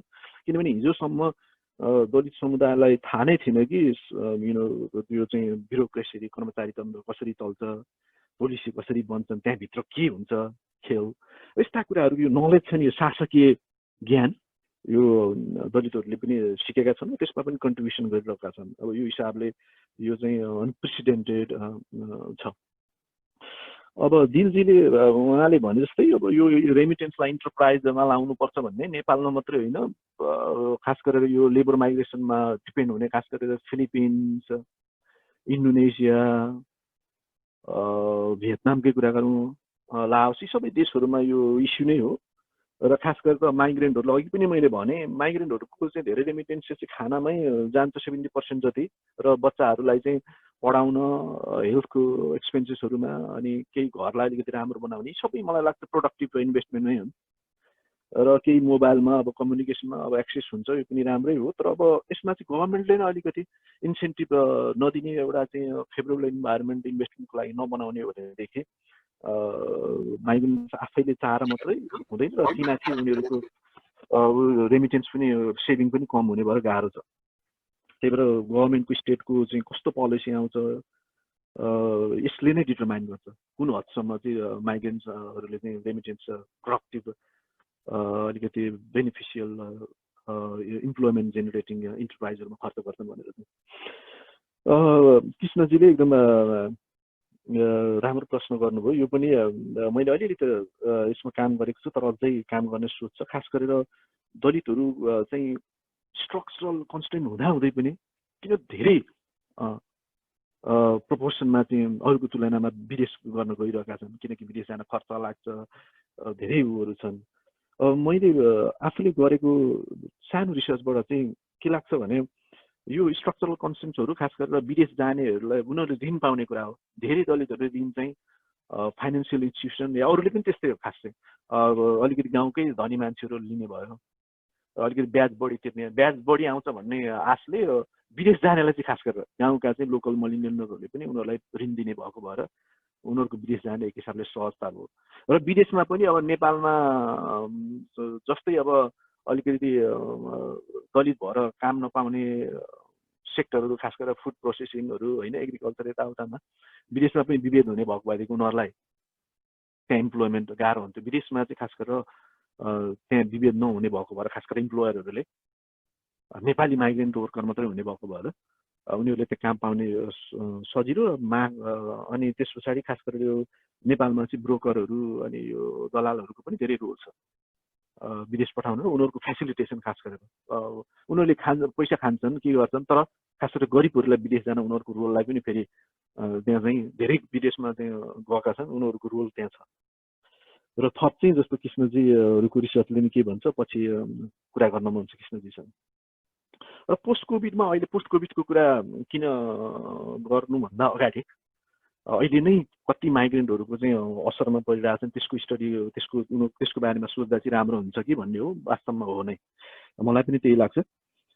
तर मैले चाहिँ खास गरेर मलेसिया र गल्फ कन्ट्रीहरू अनि जापानमा त अझ त्यस्तो समस्या छैन, किनकि यहाँको गभर्मेन्टको एकदमै स्टेट एकदमै स्ट्रङ छ र इन्सुरेन्स पोलिसीहरू, अनइम्प्लोइमेन्ट इन्सुरेन्स पोलिसीहरू सबै यति राम्रो छ। त्यो भएर यहाँ जापानमा चाहिँ त्यो अवस्था छैन। खास गरेर जो चाहिँ डकुमेन्टेड वर्कर छन्, अब अलिकति जो रेफ्युजी असाइलम सिकरमा बस्नुभएको छ उहाँहरूलाई त गाह्रै होला, तर अरू जो चाहिँ रजिस्टर्ड अथेन्टिक हिसाबले यहाँ बस्नुभएको छ उहाँहरूको चाहिँ यहाँको स्टेटले बेनिफिट्सहरू दिने र अनइम्प्लोइमेन्ट बेनिफिट्सहरू दिने, अरू धेरै बिजनेसहरूलाई त अझ धेरै पैसा टपअप गरिरहेको अवस्था छ। र मैले चाहिँ किन पोस्ट कोभिड भनेको भने अब नेपालको केसमा जस्तो अब यो यो कोभिडको पेन्डेमिक त सधैँभरि रहिरहेदैन, किनभने इकोनोमीहरू बााउन्स ब्याक हुने अनि त्यस पछाडि इन्टरनेसनल वर्करको माग पनि फेरि हुने सम्भावना हुन्छ, सबै पनि फर्किँदैन नेपाल। तर यो बिचमा गभर्मेन्टले केही गर्न सक्यो भने, यो केही चाहिँ पोलिसीहरू राम्रो ल्यायो भने नेपालको फ्युचर माइग्रेसनलाई अलिकति चाहिँ हुने अवस्था, जुन चाहिँ माइग्रेसन हुने अवस्था, जुन स्ट्रक्चरल कारणहरू छन्, इम्प्लोइमेन्टका, एग्रिकल्चरल क्राइसिसका कुराहरू छन्, यसमा एड्रेस गर्न यो बेलामा लाग्यो भनेदेखि त्यो पोस्ट कोभिड पछाडि पोस्ट कोभिड फेजमा हुने माइग्रेसन र मा अलिकति कम हुन्थ्यो कि, र नेपालमै अलिकति डेभलपमेन्ट अझ राम्रो हुन्थ्यो कि एग्रिकल्चर, खास गरी एग्रिकल्चर सेक्टरमा भन्ने हिसाबले मैले यो पोस्ट कोभिडको सिनारियो ल्याएको, ताकि यो 3 to 5 इयर्समा गभर्मेन्टले राम्रो काम गरे चाहिँ पछि माइग्रेसनकै हिसाबले धेरै मान्छे विदेश जानु नपर्ने हुनसक्छ कि भन्ने मेरो चाहिँ अलिकति अप्टिमिस्टिक सिनारियो दिएको हो। र अहिलेको सप्लाइङ त अब वास्तवमा रिप्याट्रिएसन कसरी गर्ने, माइग्रेन्टहरूको धेरै दुःख पाइरहेको अवस्था छ। यसलाई त यो त इमिडिएट च्यालेन्ज हो, खास गरेर गभर्मेन्टले यसलाई त इमिडिएटली एड्रेस गर्नुपर्छ भन्नेमा त I couldn't agree more with you. अब सुन्दरजीले पनि राम्रो कुरा गर्नु, फ्यामिली रिलेसन चिल्ड्रेनमा यी महत्त्वपूर्ण कुराहरू हुन्। मैले यसमा रिसर्च गरेको छैन, तर अरूले गर्नुभएको छ केहीले, तर अझै थप यसमा रिसर्च आवश्यक छ। त्यही भएर यसमा मेरो आफूले केही रिसर्च नगरेको भएर धेरै बोल्न चाहिने यो विषयमा, फ्यामिली रिलेसन चिल्ड्रेनमा के असर पर्यो भनेर। र अब सुन्दरजीले भनिनु भयो जस्तो जाँड खाएर सक्ने के टिभीहरू ल्याउने भन्नुभयो, तपाईँको जस्तो मलाई पनि लाग्छ अझ प्रोडक्टिभ काममा खर्च भएदेखि।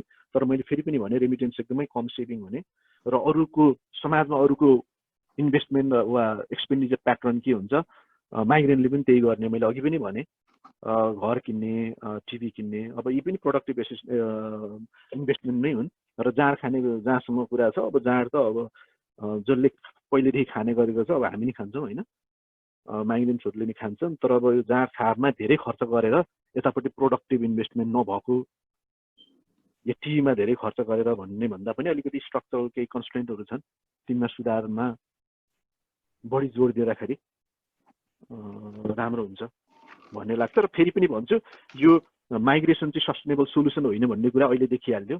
एउटा क्राइसिस आउने बित्तिकै कति मान्छे नेपाल फर्किनु पर्ने अवस्था छ, त्यो सस्टेनेबल सोल्युसन होइन यो। यसले एक खालको सर्भाइभल केही समय मान्छेले बाँच्नको लागि र केही इम्प्रुभमेन्ट ल्याउनलाई सहयोग गरेको छ, तर long term it's not a sustainable solution to our structural developmental problems. र गोविन्द पौडेलजीले उहाँले एकदम राम्रो क्वेसन गर्नुभयो। हामी सँगै केही रिसर्चमा काम पनि गरेका छौँ भाइसँग। र यसमा उहाँले दलित र नन दलितको कम्पेयर गरेको छ कि छैन, एउटा रिसर्चमा मैले गरेको छु। खासमा यो रेमिटेन्स इन्भेस्टमेन्ट गर्ने प्याटर्न सबैको उस्तै हुन्छ।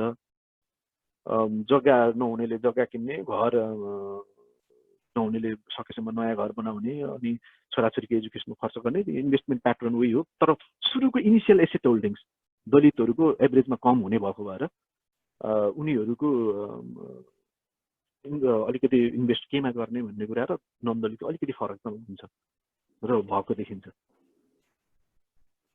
किनभने एसेट होल्डिङमा फरक भएको भएर। यति नै हो सबैको सायद प्रश्नको लागि एड्रेस गरे जस्तो लागेको छ। अरू थोरै केही छैन भने लास्ट राउन्ड गरौँ, त्यस पछाडि। हजुर थ्याङ्क यू ममजी, तपाईँको थ्याङ्क यू ममजी, तपाईँको जेनरसिटीको लागि यो समय उपलब्ध गराउनु हो सबैजनालाई प्रश्न सोध्नुको लागि। म चाहिँ क्विकली हाम्रो चक्रमानजीको प्रश्नलाई एड्रेस गरौँ अलिकति। ठिक छ, हुन्छ, यु क्यान गो अहेड। चक्रमानजीले र हाम्रो सुन्दरजीले चाहिँ एकदमै राम्रो पोइन्ट ल्याउनु भएको छ। हाम्रो मेन चाहिँ प्रब्लम अब डिसिजन मेकिङ प्रोसेसहरूमा पोलिसीमा रिप्रेजेन्टेसन नभएर नै धेरै मार खाएको हो। ट्रेडिसनल्ली पनि अहिले पनि त्यो अवस्था त्यही नै छ। अनि नेपालमा अलिकति बोल्न सक्ने अब नेताहरूको चाहिँ अब एउटा समूह चाहिँ राम्रै छ, तर अलिकति इन्टेलेक्चुअल इनपुट्स, अलिकति भनौँ न research input, evidence based information र नलेज त्यो दिनेको चाहिँ खाँचो मैले पनि सोचिराखेको हो। अब यसको सल्युसनको रूपमा अहिले चाहिँ हेर्नुहोस्, अब यो जुमको एज आयो, जुम वेबिनारको एज, जहाँ चाहिँ त्यही काठमाडौँमै भयो भने भेट नभएर जुममा नै हो कुरा हुने। त्यो हुनाले चाहिँ मेरो विचारमा यदि त्यस्तो छ भने एउटा सानो नेटवर्क चाहिँ खडा गरेर यहाँहरूले चक्रमानजीहरूले नेटवर्किङ कोअर्डिनेसन गर्नुभयो भने हामीले टाइममा तपाईँहरूले एउटा कुनै दस्तावेज अथवा ड्राफ्ट गर्नुभयो भने हामीले हेरेर त्यसलाई चाहिँ यसमा यसो गर्नुपर्छ भनेर आइडिया दिने अथवा त्यसलाई रिभिजन गर्ने, इम्प्रुभ गरेर त्यसलाई सलिड चाहिँ अलि बनाउने, त्यस्तो गरेर त्यहाँ चाहिँ नेपालमा एउटा ग्रुप त्यसरी खडा भयो भने भइरहेको चाहिँ जुन क्रिटिकल मास छ बाहिरतिर अलिकति इनपुट दिन सक्ने, तिनीहरूलाई चाहिँ क्यास आउट गर्नुपर्छ भन्ने मलाई लाग्छ। यो कतिको फिजिबल देख्नुहुन्छ? मेरो जस्ट छोटो एउटा कुरा। Thank you so much Gunarusalijyu. म चाहिँ फाइनल राउन्ड क्वेसन लिन चाहन्छु। यदि कसैको क्वेसन छ र यहाँले क्वेसन सोध्न चाहनुहुन्छ भने। मेरो अहिले आवाज आछ कि नै? ठिक छ, यु क्यान गो। आएको छ? प्रश्न छ भने सोध्दा हुन्छ। ओके, धन्यवाद डाक्टर रमेशलाई धेरै धेरै धन्यवाद। यहाँको चाहिँ एकदमै राम्रो प्रेजेन्टेसन थियो र सबै सहभागीहरूको विचार पनि निकै महत्त्वपूर्ण थिए। मैले अलिकति विषय चाहिँ छोइसकेको छ, डाक्टर रमेशले नि भन्नुभएको छ र हाम्रो राजलाल मण्डलजीले पनि अलिकति महिलाको इस्युलाई चाहिँ उठाइसक्नु भएको छ। मैले त्यसैमा अलिकति थप जान्न चाहेको के भन्दाखेरि डाक्टर रमेशले जुन रिसर्च गर्नुभयो त्यसमा जुन Nepali migrant women's are they target for trafficking and exploitation from groups posing a recruitment agency who may sell them to another party or country तिनीहरूको अहिलेको जुन अवस्था छ, जुन ट्राफिकिङ भइरहेछन्, महिलाहरू बेचबिखनमा परेको छन्, जुन यो माइग्रेसनमा जुन तपाईँले रिसर्च गर्नुभयो, महिलाहरूको अवस्था के पाउनुभयो? साँच्चै तिनीहरू चाहिँ सेलमै ट्राफिकिङमा परेर उनीहरू चाहिँ भल्नरेबल अवस्थामा छन् कि छैनन्, रिसर्चले के पत्ता लाग्यो। र अर्को चाहिँ नेपालमा चाहिँ पुरुषहरू विदेश जाने र महिलाहरूले चाहिँ गाउँको जग्गा जमिन कजाउन छोडेर सहरमा आएर बच्चा पढाउने गरी बसेको अवस्था र सँगसँगै आफ्नो घरबार पनि लथालिङ्ग भएर अन्य पुरुषहरूसँग गएको अथवा अन्य महिलाहरूसँग गएको त्यस्ता खालका कुराहरू पनि बेला बेलामा आइरहेका छन् होइन। Is this really exist? तपाईँको रिसर्चले के पत्ता लाग्यो त्यो मैले चाहिँ सोध्न चाहेको थिएँ, जान्न चाहेको थिएँ। धन्यवाद। Thank you. अरू कसै सहभागी साथीहरूको प्रश्न छ भने राख्न सक्नुहुनेछ क्विकली। प्रश्न छैन जस्तो छ। अब रमेशजीलाई ममजी 1 मिनेटमा ल्याऊ। ओके है, थ्याङ्क यू सो मच। अनि धेरै यो भूमि ब्याङ्कको कुरा आएको हुँदाखेरि चाहिँ मैले साथीहरूलाई 2-3 लाइनमा मेरो एउटा ओपिड आर्टिकल पनि छ, मैले यहाँनिर मैले समक्ष मैले पठाएको चाहिँ छु होइन। र मलाई के लाग्छ भन्दा चाहिँ भूमि ब्याङ्क चाहिँ तपाईँको इमिडिएटली यो कोभिड-19लाई एड्रेस गर्नको निम्ति गाउँमा भएको चाहिँ तपाईँको अब बाँझो जग्गाहरू जमिनलाई एकत्रित गरेर कन्सोलिडेट गरेर अहिले जसले पनि जमिन एकदमै लथालिङ्ग तरिकाले दिएको चाहिँ देखिन्छ। फुड सेक्युरिटीलाई चाहिँ इमिडिएट एड्रेस गर्छ यो वर्षको लागि होइन। र जहाँसम्म दलितलाई फाइदा पुर्याउने भन्ने अथवा तपाईँको एक्सक्लुडेड कम्युनिटीलाई फाइदा पुर्याउने भन्ने सन्दर्भमा म त्यति धेरै आशावादी चाहिँ छैन। त्यसले गर्दाखेरि चाहिँ यो कन्सेप्चुअली दलितका निम्ति सामाजिक न्याय गर्दैन। यसले लामो समयसम्म चाहिँ राजनीतिक दलहरूले त्यसपछि भूमि अधिकार आन्दोलनले उठाएका भूमि मुद्दाहरूलाई एक हिसाबले यसले हाइजेक गरेको चाहिँ छ। र यसले भूमि अधिकारको आन्दोलन कर्मीहरूलाई पनि तपाईँको सचेत गराउनु पर्ने जरुरी चाहिँ छ। भूमि ब्याङ्क भन्ने कुराले सामाजिक न्यायको दृष्टिकोणले विपन्न तपाईँको चाहिँ गरिब विपन्नलाई यसले चाहिँ लङ टर्म हिसाबले चाहिँ न्याय पुर्याउँदैन। र अघि चाहिँ डाक्टर रमेशले भन्नुभएको जस्तो तरिकाले यसले चाहिँ अलिकति हुने खाने, त्यसपछि गएर अलिकति तपाईँको व्यापारिक हिसाबले अगाडि जान खोज्ने, तपाईँको कम्पनीको मोडेलमा जान खोज्ने। अनि अघि रश्मि पण्डित बहिनीले पनि राम्रो तरिकाले चाहिँ तपाईँको यसले चाहिँ अलिकति हुने खानेलाई मात्रै फेरि फाइदा पुर्याउने जस्तो देखिन्छ। गरिबहरू र विपन्नहरूले चाहिँ तपाईँको चाहिँ कम्पनीको मोडेलमा चाहिँ जान सक्ने सम्भावना चाहिँ एकदमै गाह्रो चाहिँ छ।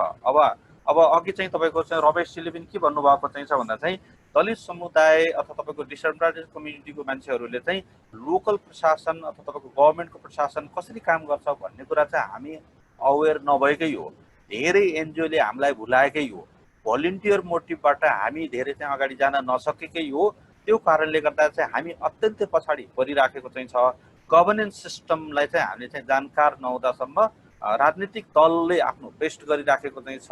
विभिन्न किसिमको चाहिँ तपाईँको चाहिँ सिस्टर अर्गनाइजेसनहरूले हामीले पनि उनीहरूलाई कसरी पछ्याउन चाहिँ सक्छौँ, सहकार्यतामा कसरी जान चाहिँ सक्छौँ, त्यो महत्त्वपूर्ण कुरा चाहिँ हो। त्यसका निम्ति चाहिँ भूमि ब्याङ्कमा चाहिँ तपाईँको चाहिँ अलिकति चाहिँ दलित मैत्री अथवा गरिब मैत्री बनाउनको निम्ति तपाईँको हाम्रो चाहिँ लोकल लेभलमा चाहिँ इलेक्टेड चाहिँ तपाईँको मेयर, उपमेयर अथवा वडाध्यक्षहरू हुनुहुन्छ, उहाँहरूलाई चाहिँ तपाईँको राम्रो तरिकाले सचेत नगराउने हो भने यो ठुलो बडाकै हिसाबले चाहिँ जान्छ। र यसले गर्दाखेरि चाहिँ गरिब विपन्नलाई तपाईँको चाहिँ न्याय हुन सक्ने पोसिबिलिटी कम छ। र अहिलेको अवस्थामा चाहिँ सरकारले ल्याइसक्यो यो नीति तथा कार्यक्रमहरू अलिकति सहकार्यताको मोडेलबाट अलिकति इन्क्लुसिभ दृष्टिकोणले हाम्रो एनजिओ आइएनजिओ राजनीतिक दलहरूलाई पनि त्यो दृष्टिकोणले चाहिँ लबी गर्न सक्ने हो भने तत्काललाई फाइदा हुने चाहिँ देखिन्छ। र दीर्घकालीन दृष्टिकोणले यो चाहिँ कदापि चाहिँ यसले फाइदा पुर्याउँदैन भन्ने चाहिँ हो।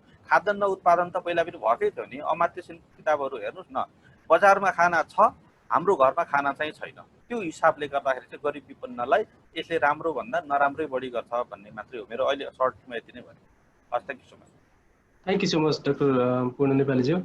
डाक्टर रमेशजी, तपाईँको फाइनल कमेन्ट्स केही छ भने राख्नु होला र हामी त्यसपछि आजको सेसन समाप्तिर लाग्नेछौँ। ममजी सुनिन्छ? यस स्योर।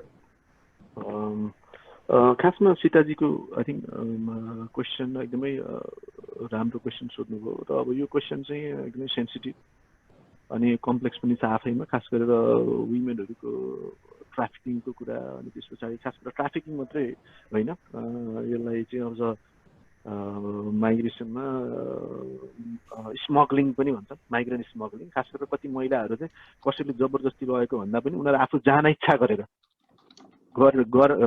भएर चाहिँ दलालहरूले उनीहरूलाई चाहिँ विभिन्न बाटोबाट विदेश पुर्याइदिने त्यो बाबत पैसा दिने पनि गर्छन् कतिले चाहिँ विदेश पुर्याइसकेर पनि थप एक्सप्लोइटेसन गरिराख्ने अवस्था हुन्छ त्यसरी विदेश पुर्याएर थप एक्सप्लोइटेसन गरिरहेको अवस्थालाई चाहिँ ट्राफिकिङ भन्छन् क्या टेक्निकल टर्म र जो चाहिँ विदेश जान चाहन्छु आफूले जान चाहन्छु मलाई पुर्याइदिए भन्छ अनि पुर्याइदिएको र अलिकति फी लिने यस्तो खालको प्रोसेसलाई चाहिँ माइग्रेन्ट स्मग्लिङ भन्छ यो दुइटै खालको भएको छ नेपाली महिलाहरूको केसमा खास गरेर हाम्रो इन्डियासँगको पोरस बोर्डर को कारणले अनि त्यस पछाडि हाम्रो गभर्मेन्टले नै ब्यान गरिदिने खास गरेर चेन्ज गरिराख्ने पोलिसीहरू विदेश पठाउन खास गरेर अरब कन्ट्रीहरूमा कहिले ब्यान गरिदिने कहिले यो सेक्टरमा पठाउने सेक्टरल ब्यान गर्ने कहिले कन्ट्री नै ब्यान गर्ने यस्तो खालको पोलिसीले गर्दाखेरि धेरै महिलाहरू पुरुष विदेश जान चाहे जस्तो महिलाहरूको पनि एस्पिरेसन हुने भयो कामको खोजीमा आफ्नो इकोनोमिक यो खालको इन्टरडिपेन्डेन्ट हुनलाई या फ्यामिलीको लागि तर अब खास गरेर त्यति सजिलो छैन र विदेशमा नै खास गरेर महिलाहरूकोमा डोमेस्टिक वर्कमा सेक्टरमा हुने र त्यो पनि अरब र मलेसिया र अरू देशहरूमा हुने भएको भएर त्यहाँनिर अलिकति सिक्युरिटीको कुराहरू कमै छ खास गरेर सिङ्गापुर हङकङमा भन्दा सिङ्गापुर हङकङमा पनि महिलाहरू जान्छन् काममा खास गरेर इन्डोनेसिया अनि अरू देशबाट तर त्यहाँ अलिकति स्टेटले दिने सिक्युरिटी अनि अरू नन इम्प्लोइमेन्ट बेनिफिट्सहरू राम्रो भएको भएर त्यता राम्रो छ तर अब अरब कन्ट्रीहरूमा मैले त्यस्तो रिसर्च नगरेको भएर मैले न्युजकै आधारमा भन्दाखेरि र के रिपोर्टहरू पढ्दाखेरि त्यहाँको अवस्था सामान्य छैन र अब यता गाउँ घरमा चाहिँ बच्चाहरू वृद्धहरूको त समस्या छ अब यसमा मैले चाहिँ रिसर्च गरेको छैन तर अब धेरै पोलिसी रिफर्महरू खास गरेर गर्नुपर्ने अवस्था होइन विदेशबाट पुरुष आउने बित्तिकै महिलालाई के अरे डोमेस्टिक भाइलेन्स गर्ने या मारकाटकै अवस्था पनि धेरै ठाउँमा भइरहेको भएर अब यो चाहिँ सोसल चेन्जको कुरा पनि हो सोसल ट्रान्जिसनमा छ होइन अब विदेशमा अब डिभोर्स हुने बिहे हुने डिभोर्स हुने कुरालाई त्यति ठुलो इस्यु बन्दैन होइन अब त्यहाँ सिस्टमले काम गरेर हुन्छ छुट्टिने पनि सहजता अब नेपालमा अझै पनि त्यो खालको चेन्ज आउँदैछ होइन तर अब अझै पोलिसीहरूले त्यसलाई चाहिँ रिकगनाइज गर्न नसकिरहेको अवस्था भएको भएर समस्याहरू छन् र अब पूर्णजीले भनेकोमा एग्री विथ हिम खास गरेर ल्यान्ड मैले धेरैचोटि दोहोऱ्याइसकेँ यो ल्यान्ड ब्याङ्कलाई मात्रै ठिक छ यो पनि लाँदा हुन्छ तर यसलाई मात्रै मेजर डोमिनेन्ट पोलिसी एग्रिकल्चर रिफर्मको लागि भनेर लाँदाखेरि यसले it does more harm than good thank you doctor Rameshji तपाईँको फाइनल कमेन्ट्सको लागि र रेस्पोन्सको लागि पनि सहभागीको प्रश्नको लागि प्रश्न र उहाँहरूको प्रश्नको रेस्पोन्सको लागि म चाहिँ आज यो वेबिनार सिरिजलाई चाहिँ कन्क्लुजनतिर लैजान चाहन्छु आज हामीले खास गरी यो वैदेशिक रोजगार लेबर माइग्रेसन र यसले नेपालको इकोनोमी पारेको प्रभाव र त्यसले चाहिँ हाम्रो समाजमा कास्ट रिलेसनमा पनि कस्तो प्रभाव पारिरहेको छ भन्ने यी विविध कोणबाट र यो अहिलेको कोभिड सिचुएसन र पोस्ट कोभिड सिचुएसनमा इकोनोमिक रिकभरी रिभाइभल हुँदाखेरि चाहिँ अपर्च्युनिटिजहरू इम्प्लोइमेन्ट अपर्च्युनिटिज कस्तो हुन्छ भन्ने विषयमा पनि हामीले विभिन्न कोणबाट छलफल गऱ्यौँ र तपाईँको रिसर्च बेस्ड प्रेजेन्टेसनको लागि डाक्टर रमेशजीलाई धेरै धन्यवाद दिन चाहन्छु र अन्य सहभागी साथीहरूले पनि धेरै राम्रो प्रश्नहरू यहाँ उठान गर्नुभएको छ त्यसमध्ये केही जस्तो कि हामीले पोलिसी एडभोकेसीको कुरामा चाहिँ हामी डेफिनेटली हामी यही प्रक्रियामा लागिरहेका छौँ यो वेबिनार सिरिज पनि त्यो एउटा प्रक्रियाको पार्ट भन्नुपर्छ पोलिसी एडभोकेसीको लागि हामीले पोलिसी डिबेट नै गरिरहेका छौँ र थीमेटिक डिबेट भइरहेको छ यो वेबिनारमा यस पछाडिको रिजल्ट के हुन्छ आउटकम के हुन्छ भन्ने पनि हुनसक्छ होइन हामीले चाहिँ अब यसलाई दुईटा प्रकारले एउटा चाहिँ सर्ट सिनप्सिसलाई चाहिँ बनाउने अथवा त्यसलाई चाहिँ सर्कुलेट गर्ने एउटा हुनसक्छ सेकेन्ड वान चाहिँ एउटा बुककै फर्ममा पब्लिस गर्ने त्यो हाम्रो उद्देश्य छ त्यस कारणले गर्दाखेरि त्यो पोलिसी एडभोकेसीको एउटा पार्ट हुनसक्छ भन्ने लाग्छ र स्पेसिफिक थीमेटिक बेस्ड पोलिसी एडभोकेसीको लागि चाहिँ हामीले फेरि ग्रुपमा पनि काम गर्न सक्छौँ र हामी निड आइडेन्टिफाई गरेर त्यसअनुसार अगाडि बढ्न सक्छौँ।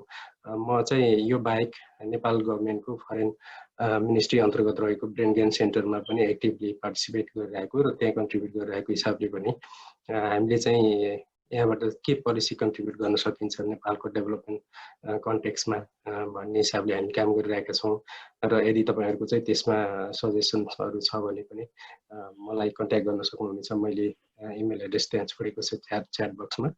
त्यो एउटा बाटो भयो। र आजको यो सारगर्भित र एकदमै राम्रो छलफल भएकोमा चाहिँ म सबै सम्पूर्ण सहभागी साथीहरू, विशेष गरी डाक्टर डोना रसाइलीज्यू, डाक्टर पूर्ण नेपाली, त्यस्तै डाक्टर विष्णु परियार होइन, डाक्टर रमेश सुनामज्यू लगायत सम्पूर्ण साथीहरू यहाँ उपस्थित हुनुभएका सबैलाई धेरै धन्यवाद दिँदै आजको यो वेबिनारबाट छुट्टिन चाहन्छु। र नेक्स्ट विक हजुर म पनि तपाईँलाई धन्यवाद दिन चाहन्छु र यहाँ जो साथीहरू पार्टिसिपेन्ट्सहरू हुनुहुन्छ सबैको नाम लिन त सम्भव छैन, तर उहाँहरू सबैलाई थ्याङ्क यू भन्न चाहन्छु। र यहाँहरूले जुन प्रश्नहरू पनि राख्नुभयो र आफ्नो विचारहरू राख्नुभयो यसले मलाई लाग्छ हाम्रो रिसर्च अनि त्यसपछि पोलिसी डिस्कसनमा धेरै महत्त्वपूर्ण योगदान पुर्याउँछ। र यहाँहरूको समयको लागि मेरो तर्फबाट धेरै धन्यवाद। रमेशजीलाई धेरै धन्यवाद अगेन। अब यहाँ एउटा सजेसन पनि आएको छ, खास गरी यो पोलिसी मेकरलाई चाहिँ हामीले इन्भल्भ गराएन भने यसको खासै महत्त्व हुँदैन भन्ने कुरा छ। अब यसलाई चाहिँ दुईटा फर्ममा हामीले समेट्न सक्छौँ होला। एउटा चाहिँ पोलिसी मेकर अथवा पोलिटिसियन्सहरूलाई नै उपस्थित गराउने छलफलमा, अर्को चाहिँ हामीले छलफल गरेका विषयवस्तु उहाँहरूलाई सुनाउने, यो दुईटा प्रक्रिया हुन सक्छ। त्यसमध्येमा कुनै एउटा फर्मबाट चाहिँ हामी अगाडि बढ्नुपर्छ भन्ने लाग्छ। अब यो पनि एउटा पोलिसी मेकिङ प्रोसेसको एउटा पार्ट हो, किनकि हामीले चाहिँ खास गरी आज यो ल्यान्ड ब्याङ्कको कुरामा चाहिँ धेरै डिस्कसन गऱ्यौँ होइन, लेबर माइग्रेसन पोस्ट कोभिड सिचुएसनमा चाहिँ के हुनसक्छ भन्ने विषयमा पनि धेरै छलफल गऱ्यौँ। यो पनि पोलिसी मेकिङ प्रोसेसको एउटा पार्ट हो र डिबेट नै हो भन्ने मैले महसुस गरेको छु। त्यसै गरी हाम्रो अक्सफोर्डबाट चाहिँ कृष्ण अधिकारीज्यू हुनुहुन्थ्यो होइन, त्यस्तै डाक्टर उत्तम गौलीज्यूहरू हुनुहुन्थ्यो। यहाँहरू सम्पूर्ण सहभागी साथीहरूलाई धेरै धन्यवाद दिन चाहन्छु। आजको छलफलमा चाहिँ हाम्रो सहभागीहरूको लिस्ट हेर्दाखेरि धेरै इन्क्लुसिभ थियो र स्कलरली डिबेट चाहिँ हामीले गर्न सफल भयौँ भन्ने मलाई लागेको छ र थप सल्लाह सुझावको पनि म अपेक्षा गर्दछु। हस्, धन्यवाद। र आज म यो वेबिनार यहीँ समापन भएको घोषणा गर्छु र यदि तपाईँहरू इन्फर्मल डिस्कसन गर्न चाहनुहुन्छ भने केही समय चाहिँ यसमा रहन सक्नुहुनेछ। हस्, धन्यवाद। म अहिले यो रेकर्डिङ चाहिँ यही बन्द गर्न चाहन्छु। Thank you so much Ramesh. Thank you. नमस्कार। नमस्कार।